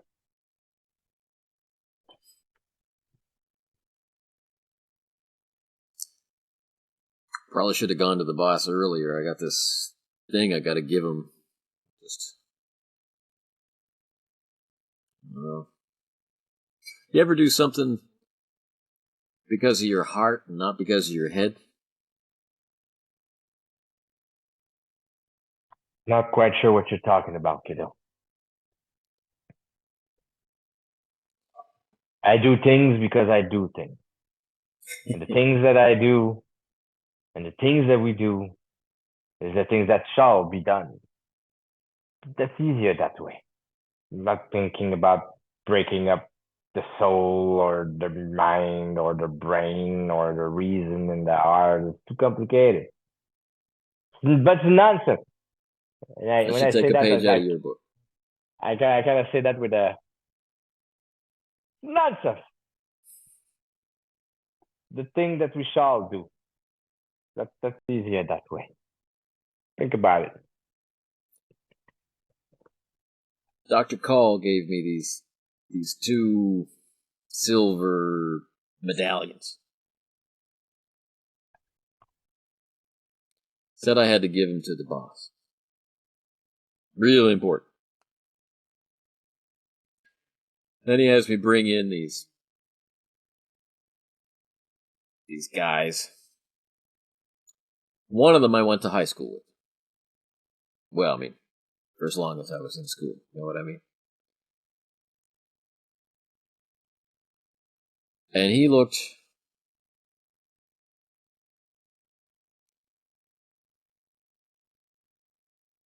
like this guy. He's not a weak guy. You know what I'm saying? He takes pictures of dead people for a living.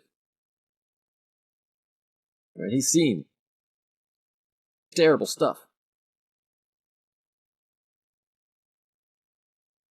He was putting on a big show. I'm not scared, but he was scared. And when we're leaving, Dr. Call had these 2 medallions for the boss. I gave him one.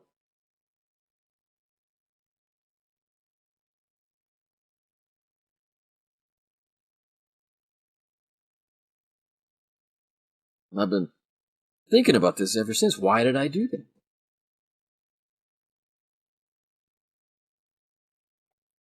So, would you happen to have one of those medallions with you?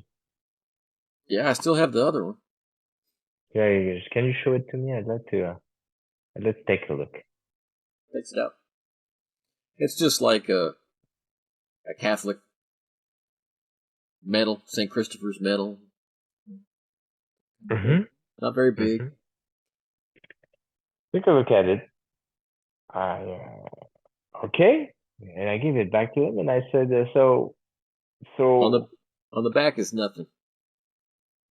On the front is just a gentle curve. The style of it looks like a branch. One of the twigs coming off of the branch is broken. So it's shorter than the other.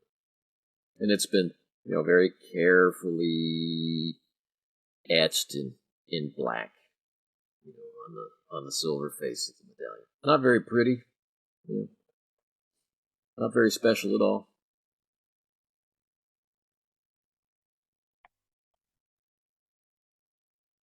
So do you know why Dr. Call gave you this? Or Dr. Call gave you these? And why did you? I'm not sure if I understood correctly, kiddo, but you said that you gave one back to Dr. Call. You said gave those to the boss, and then you gave one back to Dr. Call. Dr. Call gave me these 2 medallions to give to the boss. And then he put these witnesses under his protection. They saw Nikki in the warehouse. They know something about the books. They know that something happened to Albert Gavigan. You won't believe that.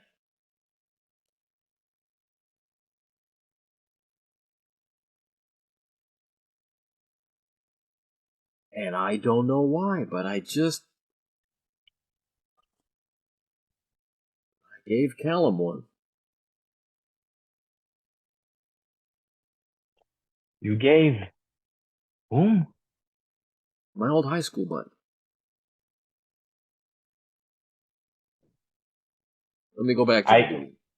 No, but I'm okay, Rory, but okay, I call him Rory. I'm like, listen, that's a whole lot of names.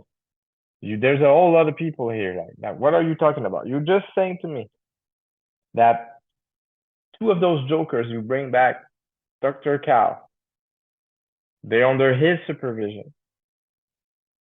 Dr. Cal gave you 2 medallions. These 2 jokers, they know all kinds of stuff. They know they saw Mickey alive in a weird state. In a weird state. They know Albert Gavigan as something happened to him.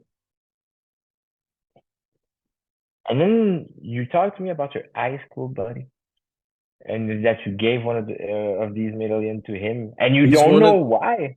He's one of the jokers. Ah. So okay. So now you're talking. So you wake up in this morning. The boss asking you to go see Dr. Cal. Dr. Cal asking you to go get these 2 jokers. When you reach the 2 jokers, you find that 3 jokers. Three jokers. Okay, now there's 3 jokers. Now, okay, listen, kiddo, you gotta need your story straight. I'm old, and I have difficulty understanding what you're saying. So now what you're saying I had to go. That you... It's ridiculous. I had to go to this store out on Newberry Street.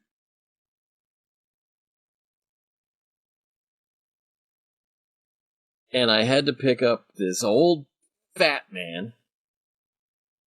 Huge this guy is.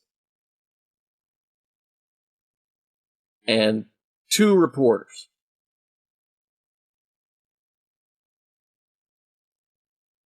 I know the 2 reporters. One, I don't like. The other, I haven't seen since we were in school.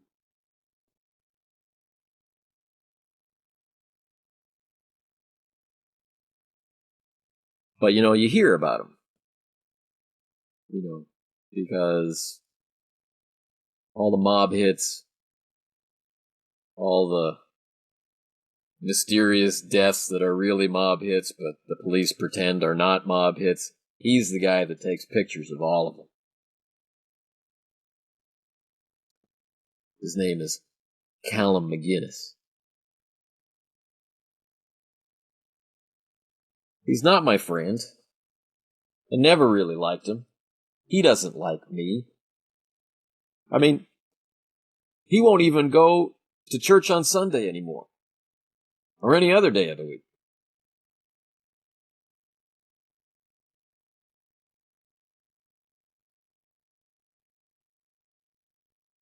And they tell their story. I was in the outer office. I didn't hear the whole story, but I know they were talking about Mickey and mouthing off about my dad. I almost got into it with Callum, because what he was saying about my dad. And then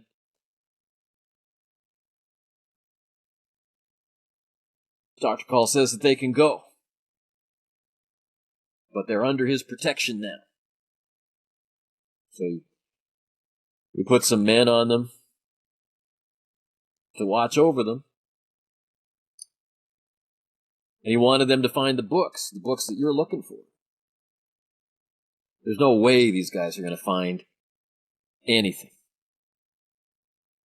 There's just no way.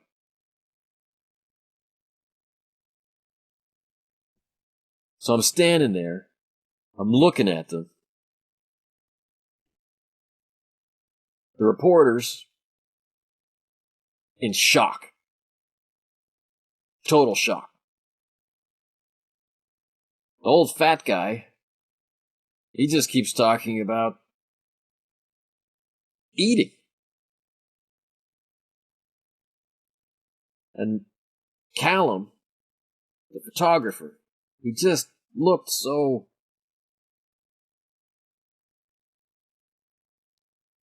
lost.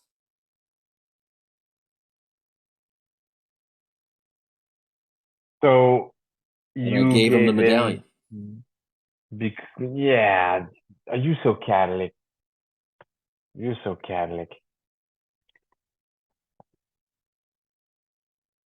But you feel so if I understand correctly, kiddo, you just told me this, but you don't really know why you gave him that medallion. It's just out of sheer sympathy or sheer religious belief Or somehow. maybe I'm one of those guys who just likes to get himself in trouble so he can be hurt, because I'm going to go back to the boss and he's going to say, "Where are my 2 medallions?" And not like I couldn't see this coming.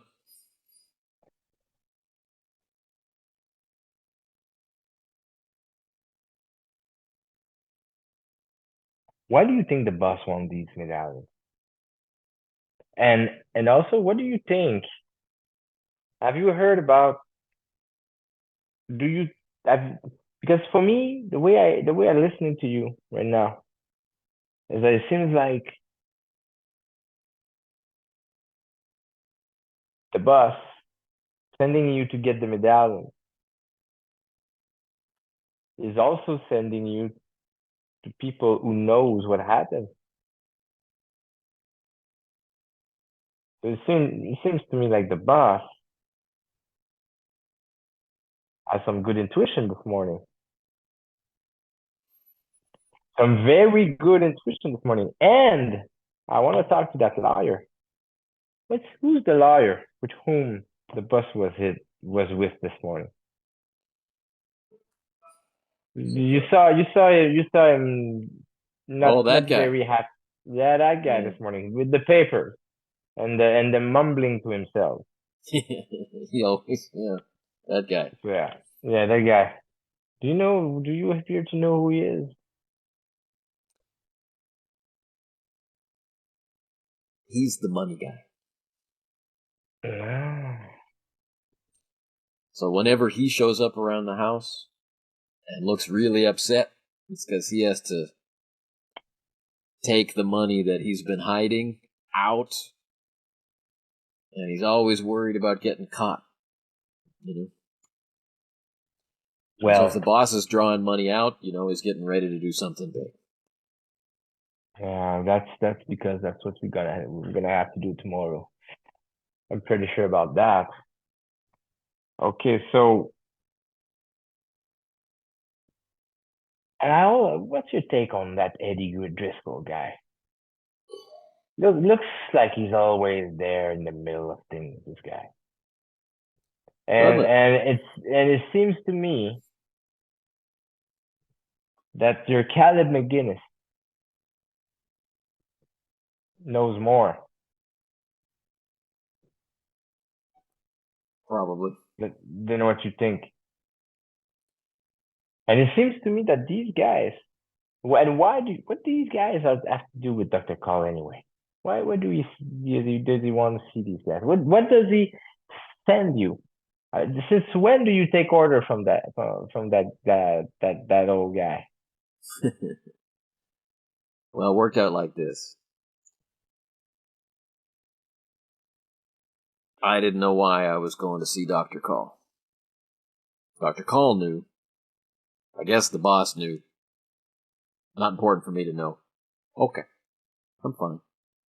I'm used to it.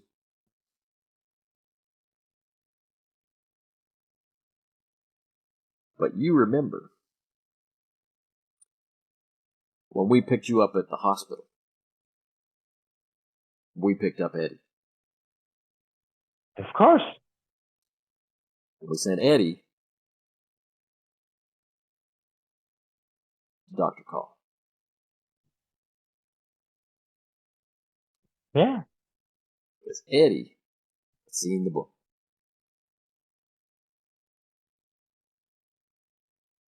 Hmm.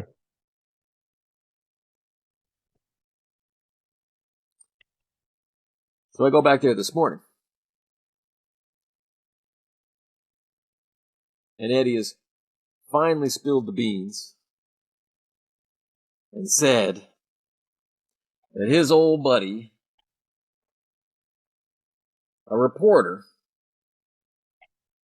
for the newspapers, no less, a reporter, he's on the trail of the book and Albert Gavigan.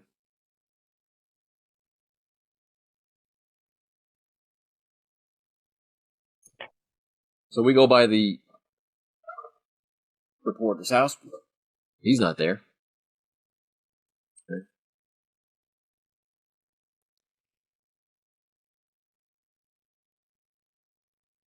What happens? He calls. He calls the office, looking for Eddie. We go and pick him up. He's not alone. He's got two friends. Take him back to Dr. Call. Kind of lose my temper. I got invited to leave the room. Didn't really hear what they had to say.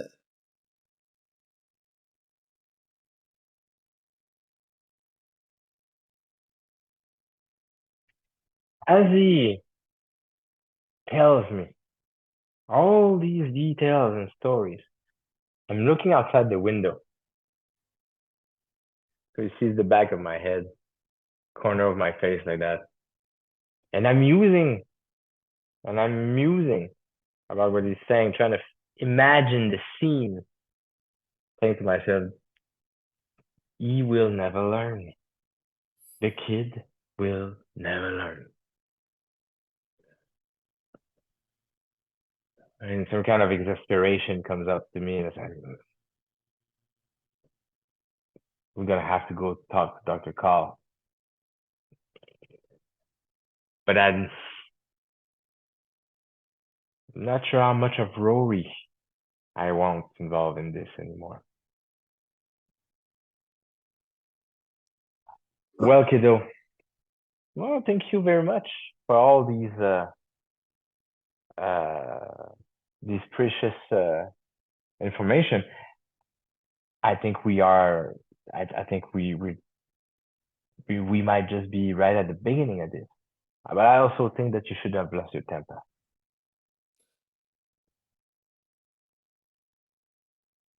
You're right.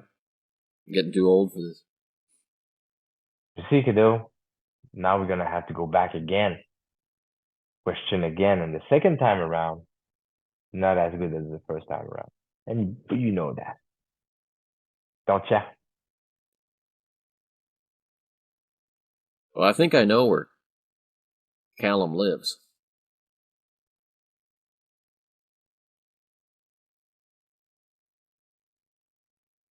Well, that might be a good start. I gotta But we get need that to. medallion back. Oh,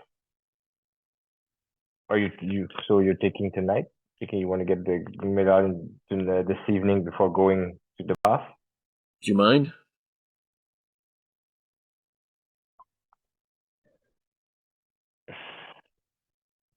God damn it, kiddo. But I am definitely too old for this. And I don't want to be caught up in your problems. So why don't you drive me the bus before? Okay. You don't have to come in. Listen to me. You don't have to come in. Okay. Come back a little bit later with 2 medallions. What do you think about that? Does that make sense to you? Yeah, you gotta keep your business and my business separate. All right, thank you. Thank you for the ride. So his fingers are clenching on the steering wheel, and that conversation is going on in his head, and he drives you out. Stops at the gate. Signals to the guard. I said, no, it's not a problem. I turn around and I say, listen, kiddo, nothing against you. Just that I'm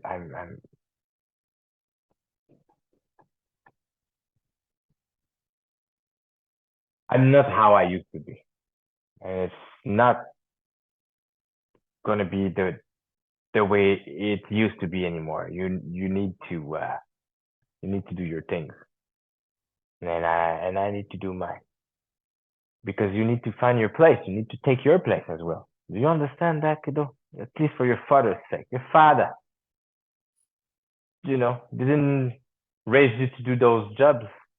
For you to do those jobs. How old are You're you right. now? How old are you now? 37? 27. You gotta be kidding. You gotta be kidding, kiddo.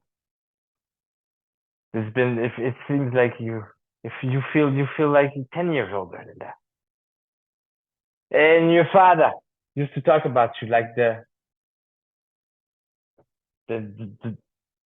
next best thing after cheesecake, for God's sake, Rory. And you're only 27-year-old. Feels pretty old to me. Nah, it's getting late. Now you get out of here.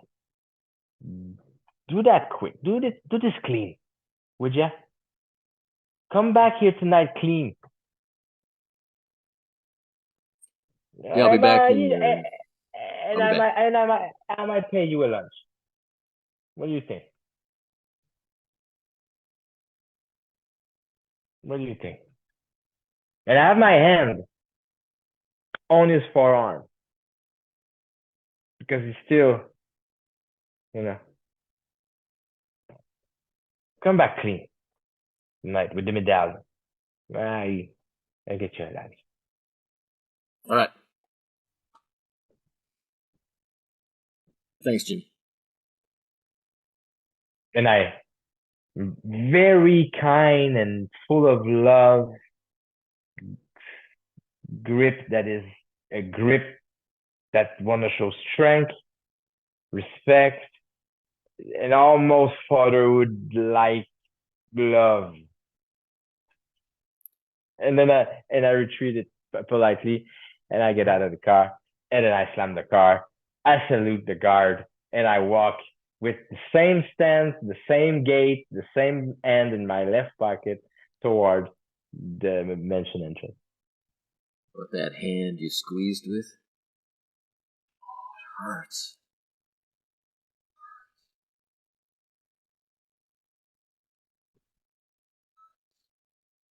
It's so cold. So cold. But the house is brightly lit and warm. The men with guns. But there are no servants waiting. Just men with guns.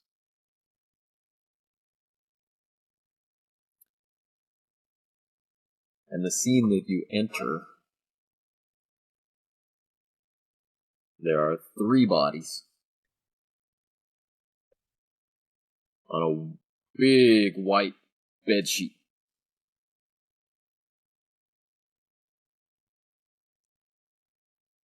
Each one is missing an eye. Not the same eye. 2 of them are missing the left eye. 1 of them is missing the right eye. And their bodies are pale. Like they're made out of cheap wax.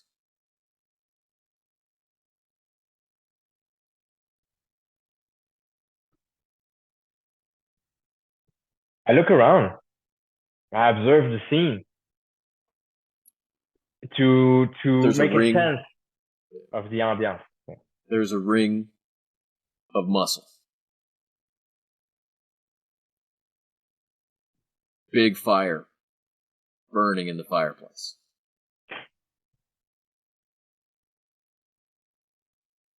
Boss in an armchair, off to your side. You know, he knows you're there. He hasn't looked yet. He hasn't greeted you yet. But you can tell from his profile, the side of his face, you can tell how angry he is. How focused he is on these 3 dead men.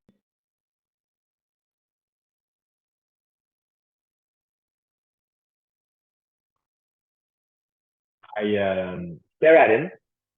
After I make a sense of the scene, I stare at him, not blinking. I took my hat off, took my scarf off, and I stare until our eyes cross. Until he gets to see me, then I nod at him when he sees me. I approach. Points to a chair. I approach. I sit first, let him sit last. And I look at him. What's going on, boss?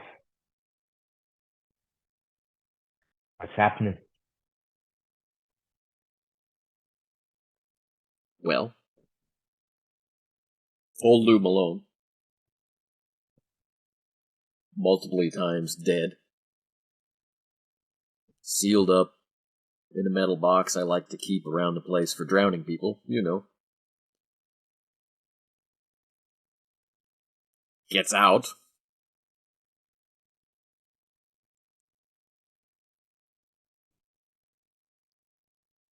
And kills 3 of my guys.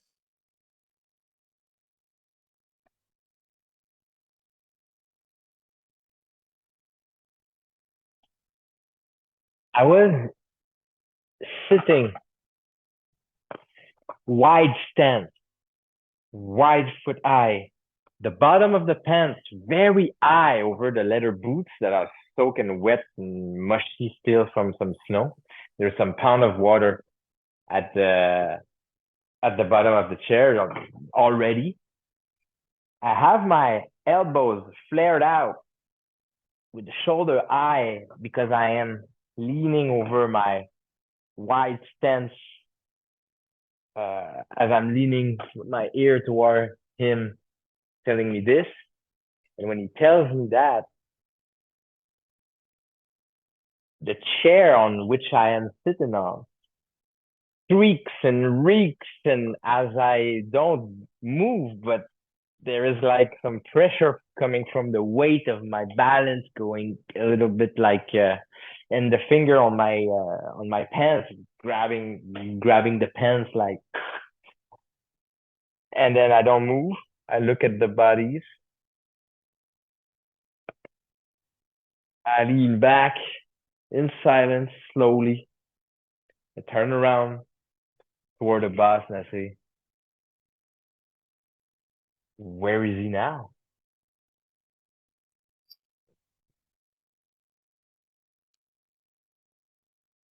I don't know.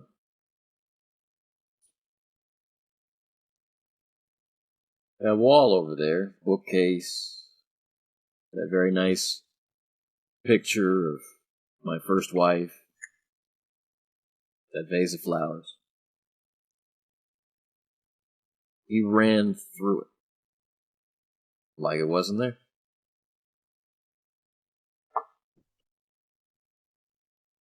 Now, normally the boss is focused, driven, hard. Has clear ideas, he makes clear decisions, and there's no doubt. But now, it's like he's remembering a story from childhood. He's drained of emotion. I have a choke holding my throat. right above the bone here, so I can breathe, I can swallow.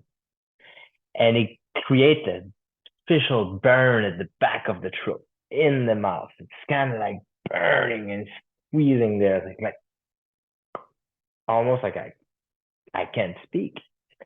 And so I'm there, and the breathing and the heartbeat start pounding really, and pounds so hard that when I was sitting, the tissue of my shirt follows it. I can see it, because I'm kind of skinny under my shirt when I can see it.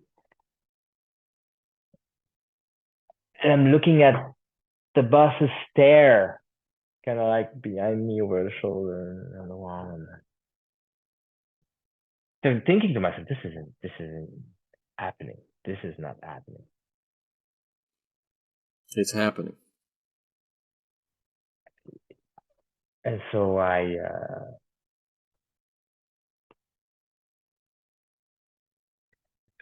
said to him, do you want to talk? I have some news, and I have my stuff from my apartment bus, so I could maybe we could go grab something to drink and have a conversation, over some of the details that I have for you, unless you want to talk about it tomorrow. But I met with Rory, and we're supposed to meet here tonight. We can talk, but you. if you don't mind, we'll talk here, so I can keep an eye on these men.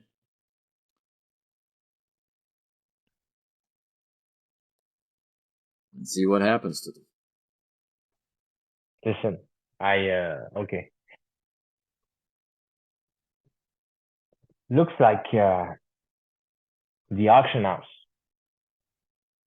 job, Mickey's job. Yeah.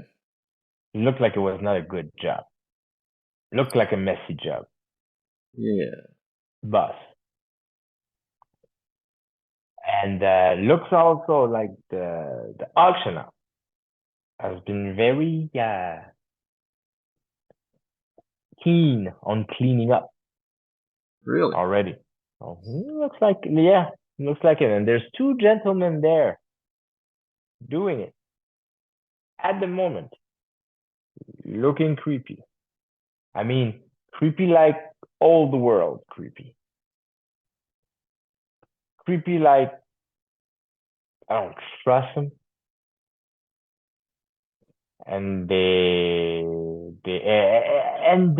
there cleaning up weird hours, supposedly during some police investigation, which of sign of I've seen none. This place smells bad, boss. Okay. This place smells bad.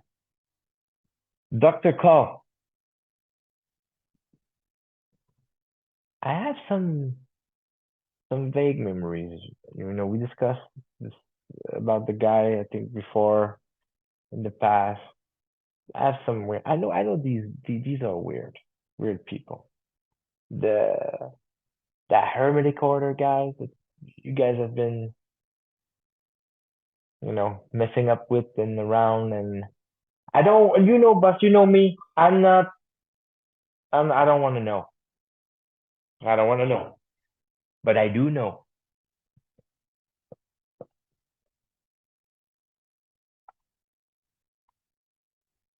that Rory was supposed to do something for Dr. Call. I don't remember the O'Shaughnessy taking order from nobody. I don't understand these kind of practices. Maybe it's new, maybe it's your call. But that Dr. Call sent Rory doing some dumb job, boss. Dumb job. For the doctor. Getting some joker out of the woodwork. You bring it back to Dr. Call, and some of these jokers, you know what they told Rory? Poor kiddo. They told him they saw his father walking around in weird condition in the Morgans. Sorry, boss. In the new paint off Morgan. Yeah. Sorry, boss. In your on your lawn. And so I'm sorry. I was almost done. Yeah, I was almost done. I'm sorry, boss. It's just this thing that doesn't make sense. The kid thinks his father's dead. But then he goes pick up some joker from Dr. Call, of which you told him to go to get those goons, those jokers. And then he comes back and one of those guys tell him that he saw his father's walking around like he's coming back from the dead or in some doing weird things. And on top of that, one of these guys was one of his high school friends. I'm not one of the religious type, but this seems like a sign to me. This seems like a weird thing. There's weird stuff going on. Now you're telling me that Lou Malone is coming back from the dead with no head, walking around this here killing your man. It's either you have bad man boss, or this doesn't make sense at all. And then I look at him and I don't blink. I always have the best men, Jimmy. You know that. And if you told me, well, not yesterday, you told me the day before yesterday that men were coming back from the dead, I would have taken you out to Danvers Mental Health Hospital. But you're telling me today that somebody saw Mickey walking around. Dead, but not dead. And you're telling me he was in Morgan territory.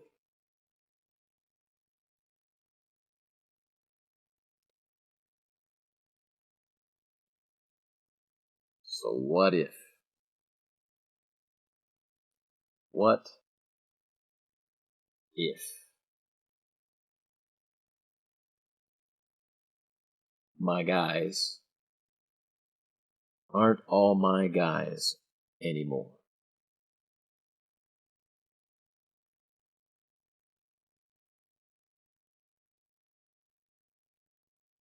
Take a deep breath.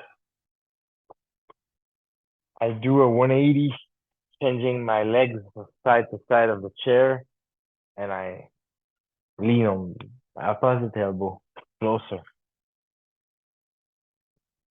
Well, that bus would mean a whole lot of things. That would change a whole lot of things. And maybe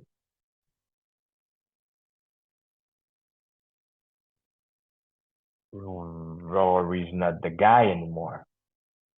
Neither. Maybe not. One thing it doesn't change is the rules, Jimmy. The rule always was, you step out of line with me, you step into the line of fire with you. That's the rule. That's the rule. But we gotta be sure. This is Mickey we're talking about. He's been with me a long time. Yeah.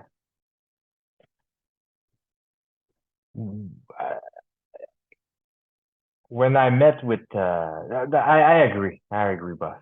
I agree, boss. I want to say that when I met with Rory earlier today, I gave him a rendezvous. He's supposed to meet with us in a few minutes, coming in, and I think we should wait for him to come in and see what's the plan to find out about Mickey. on the docks in your warehouses, right? Yeah. Maybe we shall wait and see and discuss it together and find out where we stand. Old style way, like we know, like we did, which we used to be. Like it used to be, like we used to do. Like we used to do. And that fire is smoldering in his eyes again. Anger's returning. No other emotion. But he's looking at these 3 dead men, and you know him. You know what he's thinking. He has to talk to their families. He has to bury them properly. Send them off the right way. But how can he return their bodies to their families looking like this? How can he send their bodies back to the families if he's thinking that they're gonna get up like Lou Malone?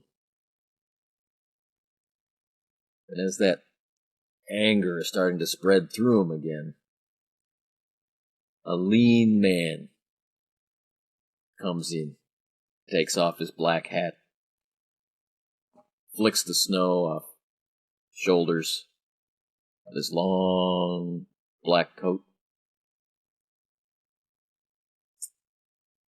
And he waits for the boss to make eye contact with him. He looks like a dangerous man with upsetting news. Then we'll close the curtain on the session.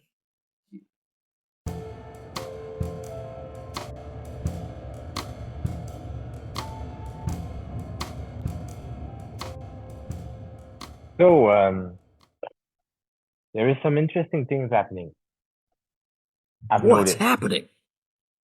I've noticed that we both started the session with the confusion. So last time you said Montreal when it was supposed to be Boston. And this time I did not get what you said. So I was like, you said I changed my mind? So I'm not supposed to be in the mansion? Now I'm supposed to go to my apartment? So I'm like, okay. So I was, you know what I'm saying? So I was completely reversed. I was like, but no, we decided I was staying at the mansion. So I did not, you did it, you mentioned it probably in the past tense or something. So I did not grasp it. So I was like, okay, I am in the mansion. I'm going down the stairs. We understand each other. I was like, Jesus Christ. This is because maybe it's a Call of Cthulhu thing. Maybe he's changing a thing for me to be in another scene, or I don't know. So do you know what I mean? Like, so I was just okay. I had said you'd never wanted to stay there. You always turned them down. But last night you changed your mind. You changed your mind. But I was like, okay, so I changed my mind. So I did not. This is the problem with second language. Sometimes I get it the other way around. Anyway, so I catch up quick, so it didn't, and I didn't want it to cut it neither. I didn't want it to be like, okay, so it worked out. I'm missing this. I liked going back to your apartment and saying goodbye to your apartment. I liked all of that. That worked out really well. Oh, I did the scene when I went to the apartment. Yeah. The second scene, you mean? Yeah. So, like, instead of just staying with the boss all day and doing that stuff, you went and you closed out your old life. Got the things that you wanted, said goodbye to your landlady, all the stuff. I thought it was really interesting. Yeah, I wanted to do that just for character development, because if I want to have emotion, I mean, not necessarily role playing emotion, but if I want to be in character and not just be an investigator avatar, right? Not just be a Sherlock Holmes going on around.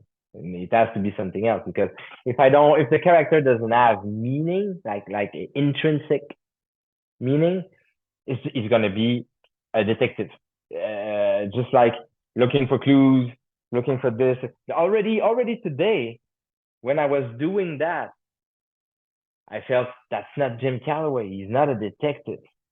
Right.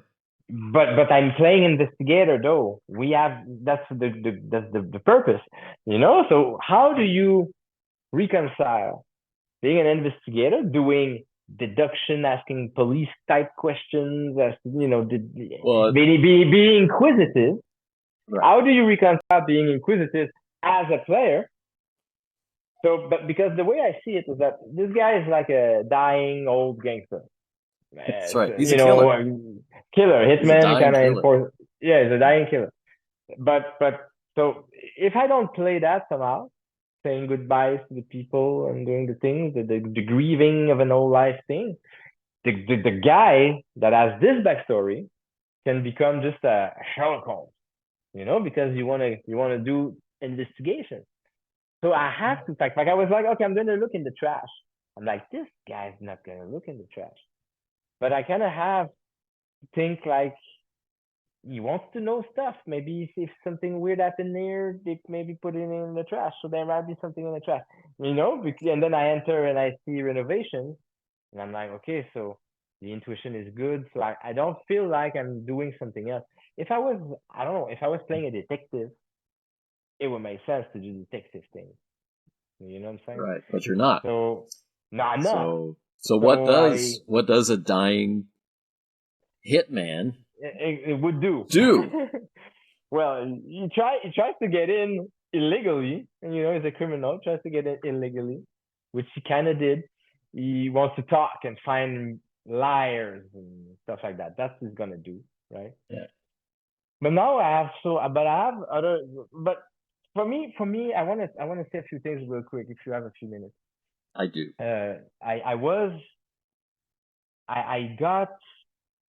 I got more confused sometimes because not confused by the story details and clues and stuff because that is part of the game. It takes time before it makes sense. So that's that's okay. But I was meeting some places where I'm like, okay, do we understand each other? So example, today I rolled one. So I rolled Right. for the luck in the bin. It was very mechanical, skillful, looking around. It was based on luck. Do you have it? Do you have not? That was fine. Perfect. Easy to see when to do it. Easy. But there were 4 or 5 moments in the game where you express to me by the rules in the book stuff that are supernatural. So the guys talking the two goons talking about the Lou Yep. Malone's body going out of the box, the ghost going through the wall, the Lou Malone still alive, the I meant so many, right? And but never anytime you said this is too much. You know, It my was my never. my Yeah. it was never too much. That's the thing. So I was like, okay, so is it because I saw that already? It's not too much anymore. So No, I'm it's not not I'm that not gonna yet. go. It's not You that know, so yet. so It's I just was. it's just what people are saying. Oh, it's not the thing that I see. Oh, okay, it's You're just not saying. It's not experiencing it. seeing. So Yeah, it's no, okay, very okay, okay. easy to Yeah, yeah, to say, yeah. Okay, okay, okay. That makes sense. I did not see, so I was like, okay, I'm not rolling. It doesn't ask me to roll. It doesn't ask me to do anything like that. So I'm like, okay, I'm good. And if I don't get it, I'd rather not do it and stay in character instead, which is always a better choice. What I realized today is that whenever you are playing in an in character as character situation, like super inside like that, inside the in real time as well, we don't fast forward much. Everything is kind of in real time, the transition. So the what I notice is that whenever you confuse, you keep listening. You keep listening and you bring down the talking. And then eventually stuff's gonna start making sense again, and then you can come back. So today I saw that dance happening, between you and I, because I was like, okay, start off of a wrong start. Okay, we are messed up where we are. I understood the same as him. We can just keep rolling with it, and nobody will remember. because if somebody's listening, especially you and I, we step out of it, we understood each other, and then trust happened again. Okay, we are at the same place. But I don't know, for some reason, sometimes it's just a matter of, is it between your description and what I should do as a player, like rolling dice sometimes or not, or would be the distinction between the intentions. I give you an example. When I went to I have locksmith. I know should not supposed to play with the sheet, but when you can tell. So for me, I'm like, okay, I see uh, how do you call that? The safe. I see save. Yeah, 3 saves. One's open. So I'm like, okay, the saves are there. So I'm like, okay, I'm going to try to open them. It's an old tradition of mine. So I'm kind of like, not asking for a roll, but maybe I would like to try my luck on those saves. That's just because whenever I see a save, I would put my ear to it, and if I can make some money on it. I understood that a different way. I'm going to try and open the safe means I want to see if they're locked. Exactly. They're locked. Yeah, but it's okay. It's not a problem. But I didn't want to say I want to try my locksmith on them. No. I want to. I was trying to find a way to maybe try it. Yeah, in that case, I mean, maybe you didn't know that I didn't understand your intention. Exactly. That's the kind of confusion I'm talking about. Yeah. And those happen. It happens. It's no big deal. But it was interesting to see how we navigated toward that, because it's very weird. It's the difference, because of the podcast I did this week. I recognize that the difference in between the different states of play, when we play sometimes in character, out of character, as player, in character. What can make a difference between those confusions is where one stands at that moment. For example, I say like, oh, I want to try these saves, or I want to see if they're locked. It's an old habit of mine, on a job. And so I go there, and I know you told me that that I have locksmith. Now, my percentile is low, but it would be interesting to at least try. Let's say I roll well. And then, wow, I open a safe there, and you never thought about it. And I don't know what's in it neither, because I don't want to do that. So I'm here, and I open it, and I throw you a ball, kind of curve ball, where, okay, yeah, I thought it was luck. He has locksmith. He's a criminal. Maybe he knows that these models, they make a click, like kind of thing, and then right. I don't know. It would have been interesting, but it's okay. It's one of those things. See, I took that scene totally differently. It's like, are they locked? Yes, they are locked. And then I will try. I should have maybe tried that. Yeah, for sure. But it's okay. It's one of those things. There's so many different aspects of the experience that produce these things. What I'm finding interesting is the Rory's character, who can become the dark son, the prodigal son was supposed to be good, but he's bad, or not. And so the scene in the car, I was kind of trying to make amends somehow on him. Like I felt like I was rough with him a little bit, so I decided I want to establish, hey, listen, I'm gonna pay you a meal. You're not a driver. You're not supposed to drive me around like that and stuff. And then I don't know. I tried to bring it back to the bus. Now the bus is telling me other stories, so it does feel like a gangster situation. For real, to be honest, there's a lot of trust issues and hierarchical relationships. I hope so. Yeah. It works. It works because I don't know. I start my character and I mean, as a player out for a while. No, yeah. As a player, I'm not my character, right? It's not gonna. I think it's not the same. So I am playing Jim, but I am in the same situation as him as a player. Not all the time, right. But right now I am. I don't trust nobody anymore. You know what I'm saying? Like Yeah. sometimes he's gonna do things. It is just me playing.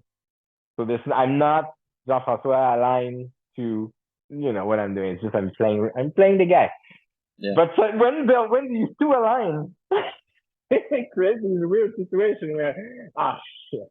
And that's what we're going for, right? The unity of experience, the position that the player is in, position that the character is in, they align enough so that the conversation we start to have is what the character is thinking, because that's what you're thinking. What the character's feeling, because that's what you're feeling. And then the conversation shifts, so it's less and less talk about the character and more talk from the character. Right? I don't trust this guy anymore. Like, the boss is always so stable. What's wrong with this kind of passive attitude? He's just sitting in a chair talking. Right? And I put a lot of points in fast talk and persuade, just to bargain, to be able to be a good talker. I said to myself, there's going to be a lot of talking in that game. And today I noticed something interesting. So I noticed that investigator avatar, the detective player, coming up, and I'm like, that's not the guy I played though. But I know that's the kind of game. So I need that's a fine line, because I'm realizing, okay, that's my second session of Cthulhu ever. Right. And what I see is that I'm playing Sherlock Holmes, because I have to find out. Because if I don't follow the clues and if I don't ask questions, I don't play Sherlock Holmes. It's not an English style Victorian kind of thing with deduction. But it's detective. It's not necessarily a whodunit, but it's what's happening. You know what I'm saying? So what's happening? So then you start looking around. So I want to challenge that a little. So in maybe a classic Call of Cthulhu scenario, the character's playing some kind of rich intellectual, and they get a letter that some relative has died, right? So they have to go off to some creepy house in the middle of nowhere, and terrible things start happening. And they're like, why? Why is this happening to me? And they have to stop it or die. Something like that. That might be a stereotypical trope of Call of Cthulhu. Okay. Or you might be playing some kind of occult investigator, and people come to you for help because you're known for that, right? We have this terrible stuff that's happening. Can you solve it? And you go and you actually investigate like an investigator. Oh, okay. So Call of Cthulhu is also all these tropes that you're describing. Oh, I see. Now you are an underworld figure.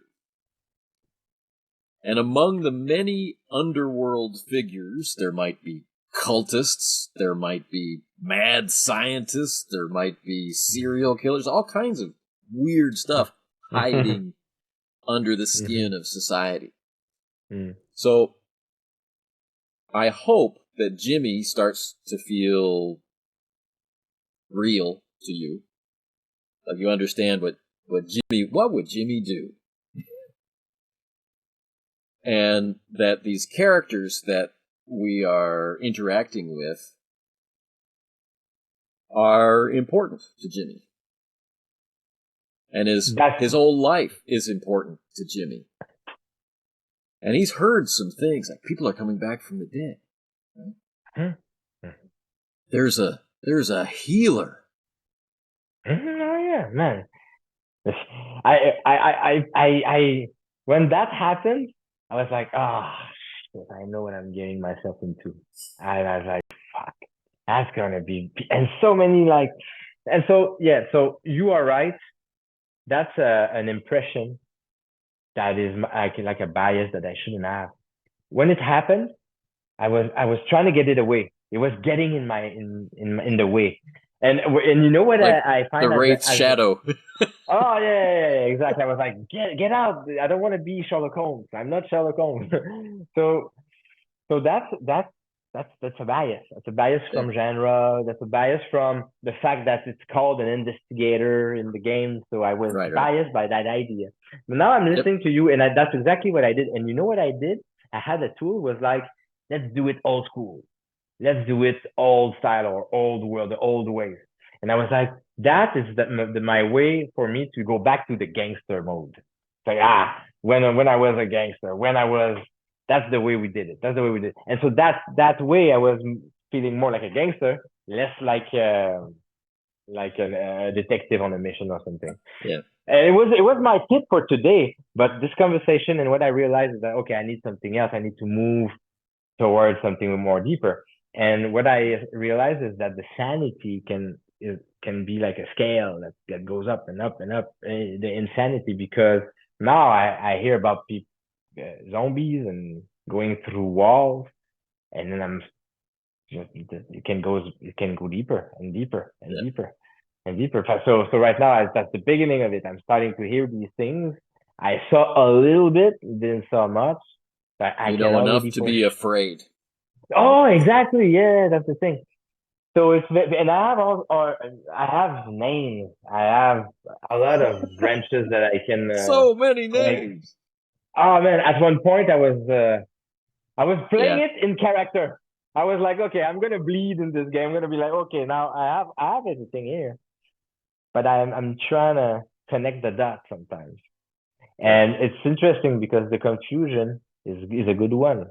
It's a good one because it keeps me enough in the mystery, as a player and as a character, and it's not because it's not clear or anything like that. It's just the game runs.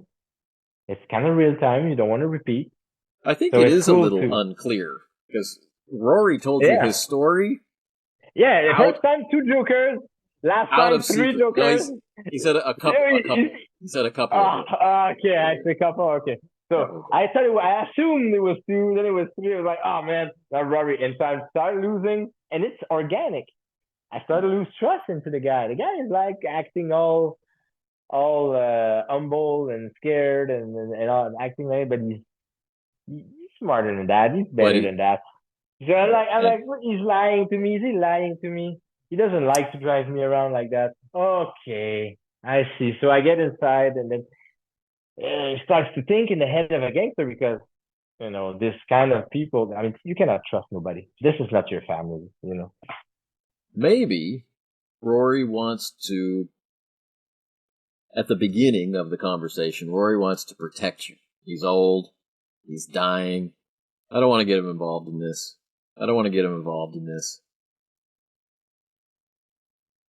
But you spend so much time together over the course of this day that he's all right. This is what's really going on. Yeah. That I was Anthony, that's so good because it's you give some what we could call an exposition dialogue. If we use a technical term, right? So we are in the scene, and what I really like right now is the true detective thing that we do is we get in the car and we talk between the scenes. The trends and it should happen all the time in Call of Cthulhu. It's pretty. It might be a trope. Like it's just because we have a car in the 30s, so we get in car to transition between scenes, kind of thing. But in the car is a great place for conversation and character development. So those car rides shall be used. So I'm like, man, it's easy in the car. It's easy in the car. You get in the car and then you start talking and then you start doing things and then you get in character and then it's like I start talking just talk to the taxi cab, talk to this guy, and then this guy's like,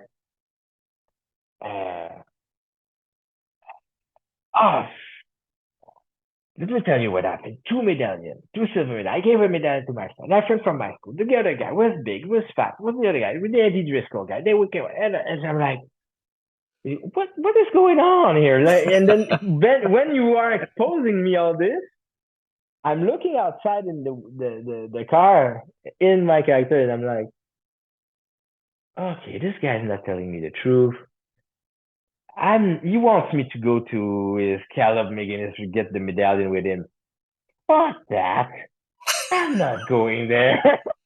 I know. Now I gotta keep my cool. So I play rough with him, kind of, goddamn, Rory, Straighten don't up. do this. Straighten up, no. And then, so that's all organic. Now we go Yeah. back on it, and that's what happens. But this is what you do. I think that's what happens when you play in character as character. When you play the character, when you play what your character would do instead of what the guy would do, instead of what Jean-François would do. So, and I think that word is important too. Would. What would they do? Like, if this were real, what would they do? They're faced with this choice. What would they do? Not should do. Right? There's no story. Not the should. Not the should. We're playing for the experience. Right? There's these moments where everything comes into line, or the imagination is active. You can see the room, maybe, or I've been in a room like that before. Or, no, it would smell like fresh paint. Oh yeah, oui. Quand moi j'étais dans l'auto là, sorry, when I was in the car, I'm so excited I'm speaking French. When I was in the car, I could, I felt, it's the 30s. These cars in November, early winter, it's full of moist from the warm bodies and the coat and the smoke, and it's full of noise. And noise. So I was like, that it must smell like gas, smell like cigarette, noise, and moisty. We can't see fit windows that you go like this, and then you have your hand imprinted in it. Exactly. That's what I had, and I was like, that's what it looks like right now. Exactly. And also, as in that kind of game, as a player, you don't want to narrate too much. So I try to, but JJ Foley is a real place. Did you know that? Yeah. Okay, so I did my research a little bit. I knew it was open. I knew it was a kind of safe haven for everybody. So that I narrated because I knew it was an historical fact. And I was like, if he knows what I'm talking about, he understands exactly what I meant. Yeah.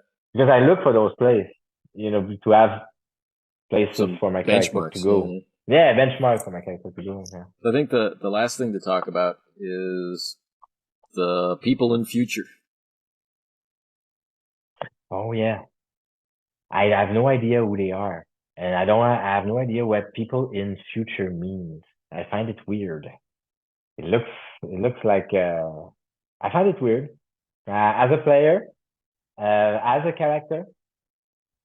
I might gonna play naive though, impressed, open-minded, because naive in the sense that, okay, with all what happens, if he sees the zombie or the undead Mickey before going to meet with these guys, that's going to depend. What's going to happen there is going to change the way he's going to react to them. Right. You know what I'm saying? Like, the way I see it is that if he goes with these and he trusts them, he will naively embark on a journey. like weak. Like not in the criminal mind and have something like that going on. But if he's more still inquisitive, still not sure, still not believing that he wants to, I will approach this not differently than anything else, just hard and harsh to do the thing. But I think that's the way I want to go with these, because I see that as a great opportunity to go into some dark places and weird stuff for Call of Cthulhu. Right. That's the way I see it. But I have no idea what they are. They propose jobs, they propose a healing, they propose miracles. The power, and I'm like, okay, that's the 30s. In the Dust Bowl, depression, all that, people are maybe they are huge religious revival going on. Yeah, there must be some very believable and naive beliefs going on, and I don't see this guy being above or beyond that. Right. I see this guy could fall. He could fall to Just like he doesn't need a job, but he needs his life. You say you can heal me. You say you can heal me. He would try. He would try. He would go. He would not. He would not be critical about that. I don't think so. Yeah. And so what's your perspective on that session? It was longer than the last one, isn't it? It was a little, but it was going somewhere. It had some energy to it, you know. Yeah. It's like, so what's the last place where we know Mickey was? Well, it was at the auction house. Well, let's go there. Well, something clearly went wrong here. Yeah. You know. Yeah, I followed the logical path of stuff that was there. Yeah. It's you go around and try to find out the things, right? So I'm hoping that you feel like Jimmy has something he wants to do, or has a couple of things that he wants to do that are about Jimmy. Like whether that's loyalty to the boss, he's got to do something to deal with this Morgan gang. Or if that's, I got a soft spot in my heart for Rory. So, like, what the hell is his father doing? Where could he be in my city? Something along those lines. I'm hoping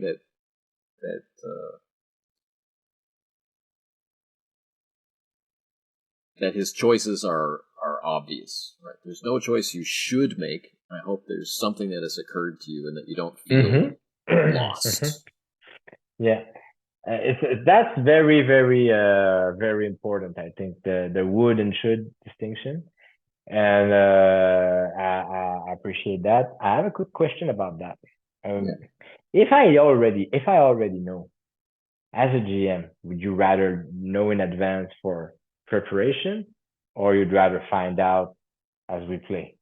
I'd rather find out. You'd rather find out as we play. You don't want to be polluted by my intention in advance. That's good. You see the distinction is that will produce an emergent play. That would produce an emergent experience. That we did. You knew how it would start it, but you would not know where we would go.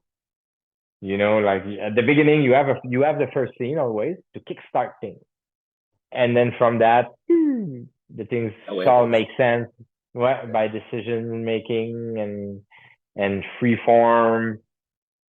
Pretty much all improv. I would say there's a little bit of prep in the back. Yeah. You know the character, you know the places, you know the relations, but right. That's what I call preparation for improvisation. Yeah, exactly. So you have all the bases, you have all the foundation, the blocks, you know them well, so you can just, if I decide to go there, you know about what's gonna happen. If I decide to go there, you kind of know what what I could go do there. And for the information that comes out, the clues and the stuff, it feels like if you have an opportunity to put them in a conversation, you would. Just to remind of the things and the details, and if the character is creative and decide to do something, and you let him try, and you put some stuff there, some information there, and then from that, it feels like it just. That's how I think it works for you as a GM. Kind of. Except I don't put information in a place it wouldn't be. Like the taxi driver, you decide. Oh, I know this. I was listening to him. I was like, wow, he doesn't know more than the average Joe on the street and in the news. Right. But you gave me a place. You show me a house.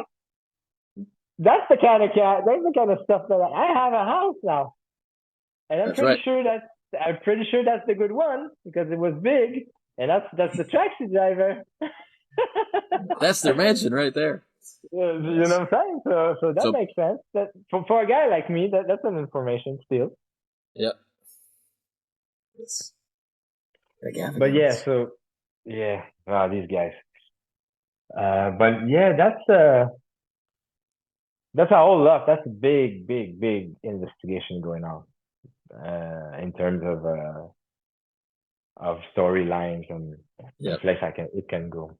He got dumped into a lot of detail today because That's good. he's so conversational. Yeah. All right. Yeah. All right. I'll talk to you soon, Anthony. Thank you very much. It was a good one. Thanks.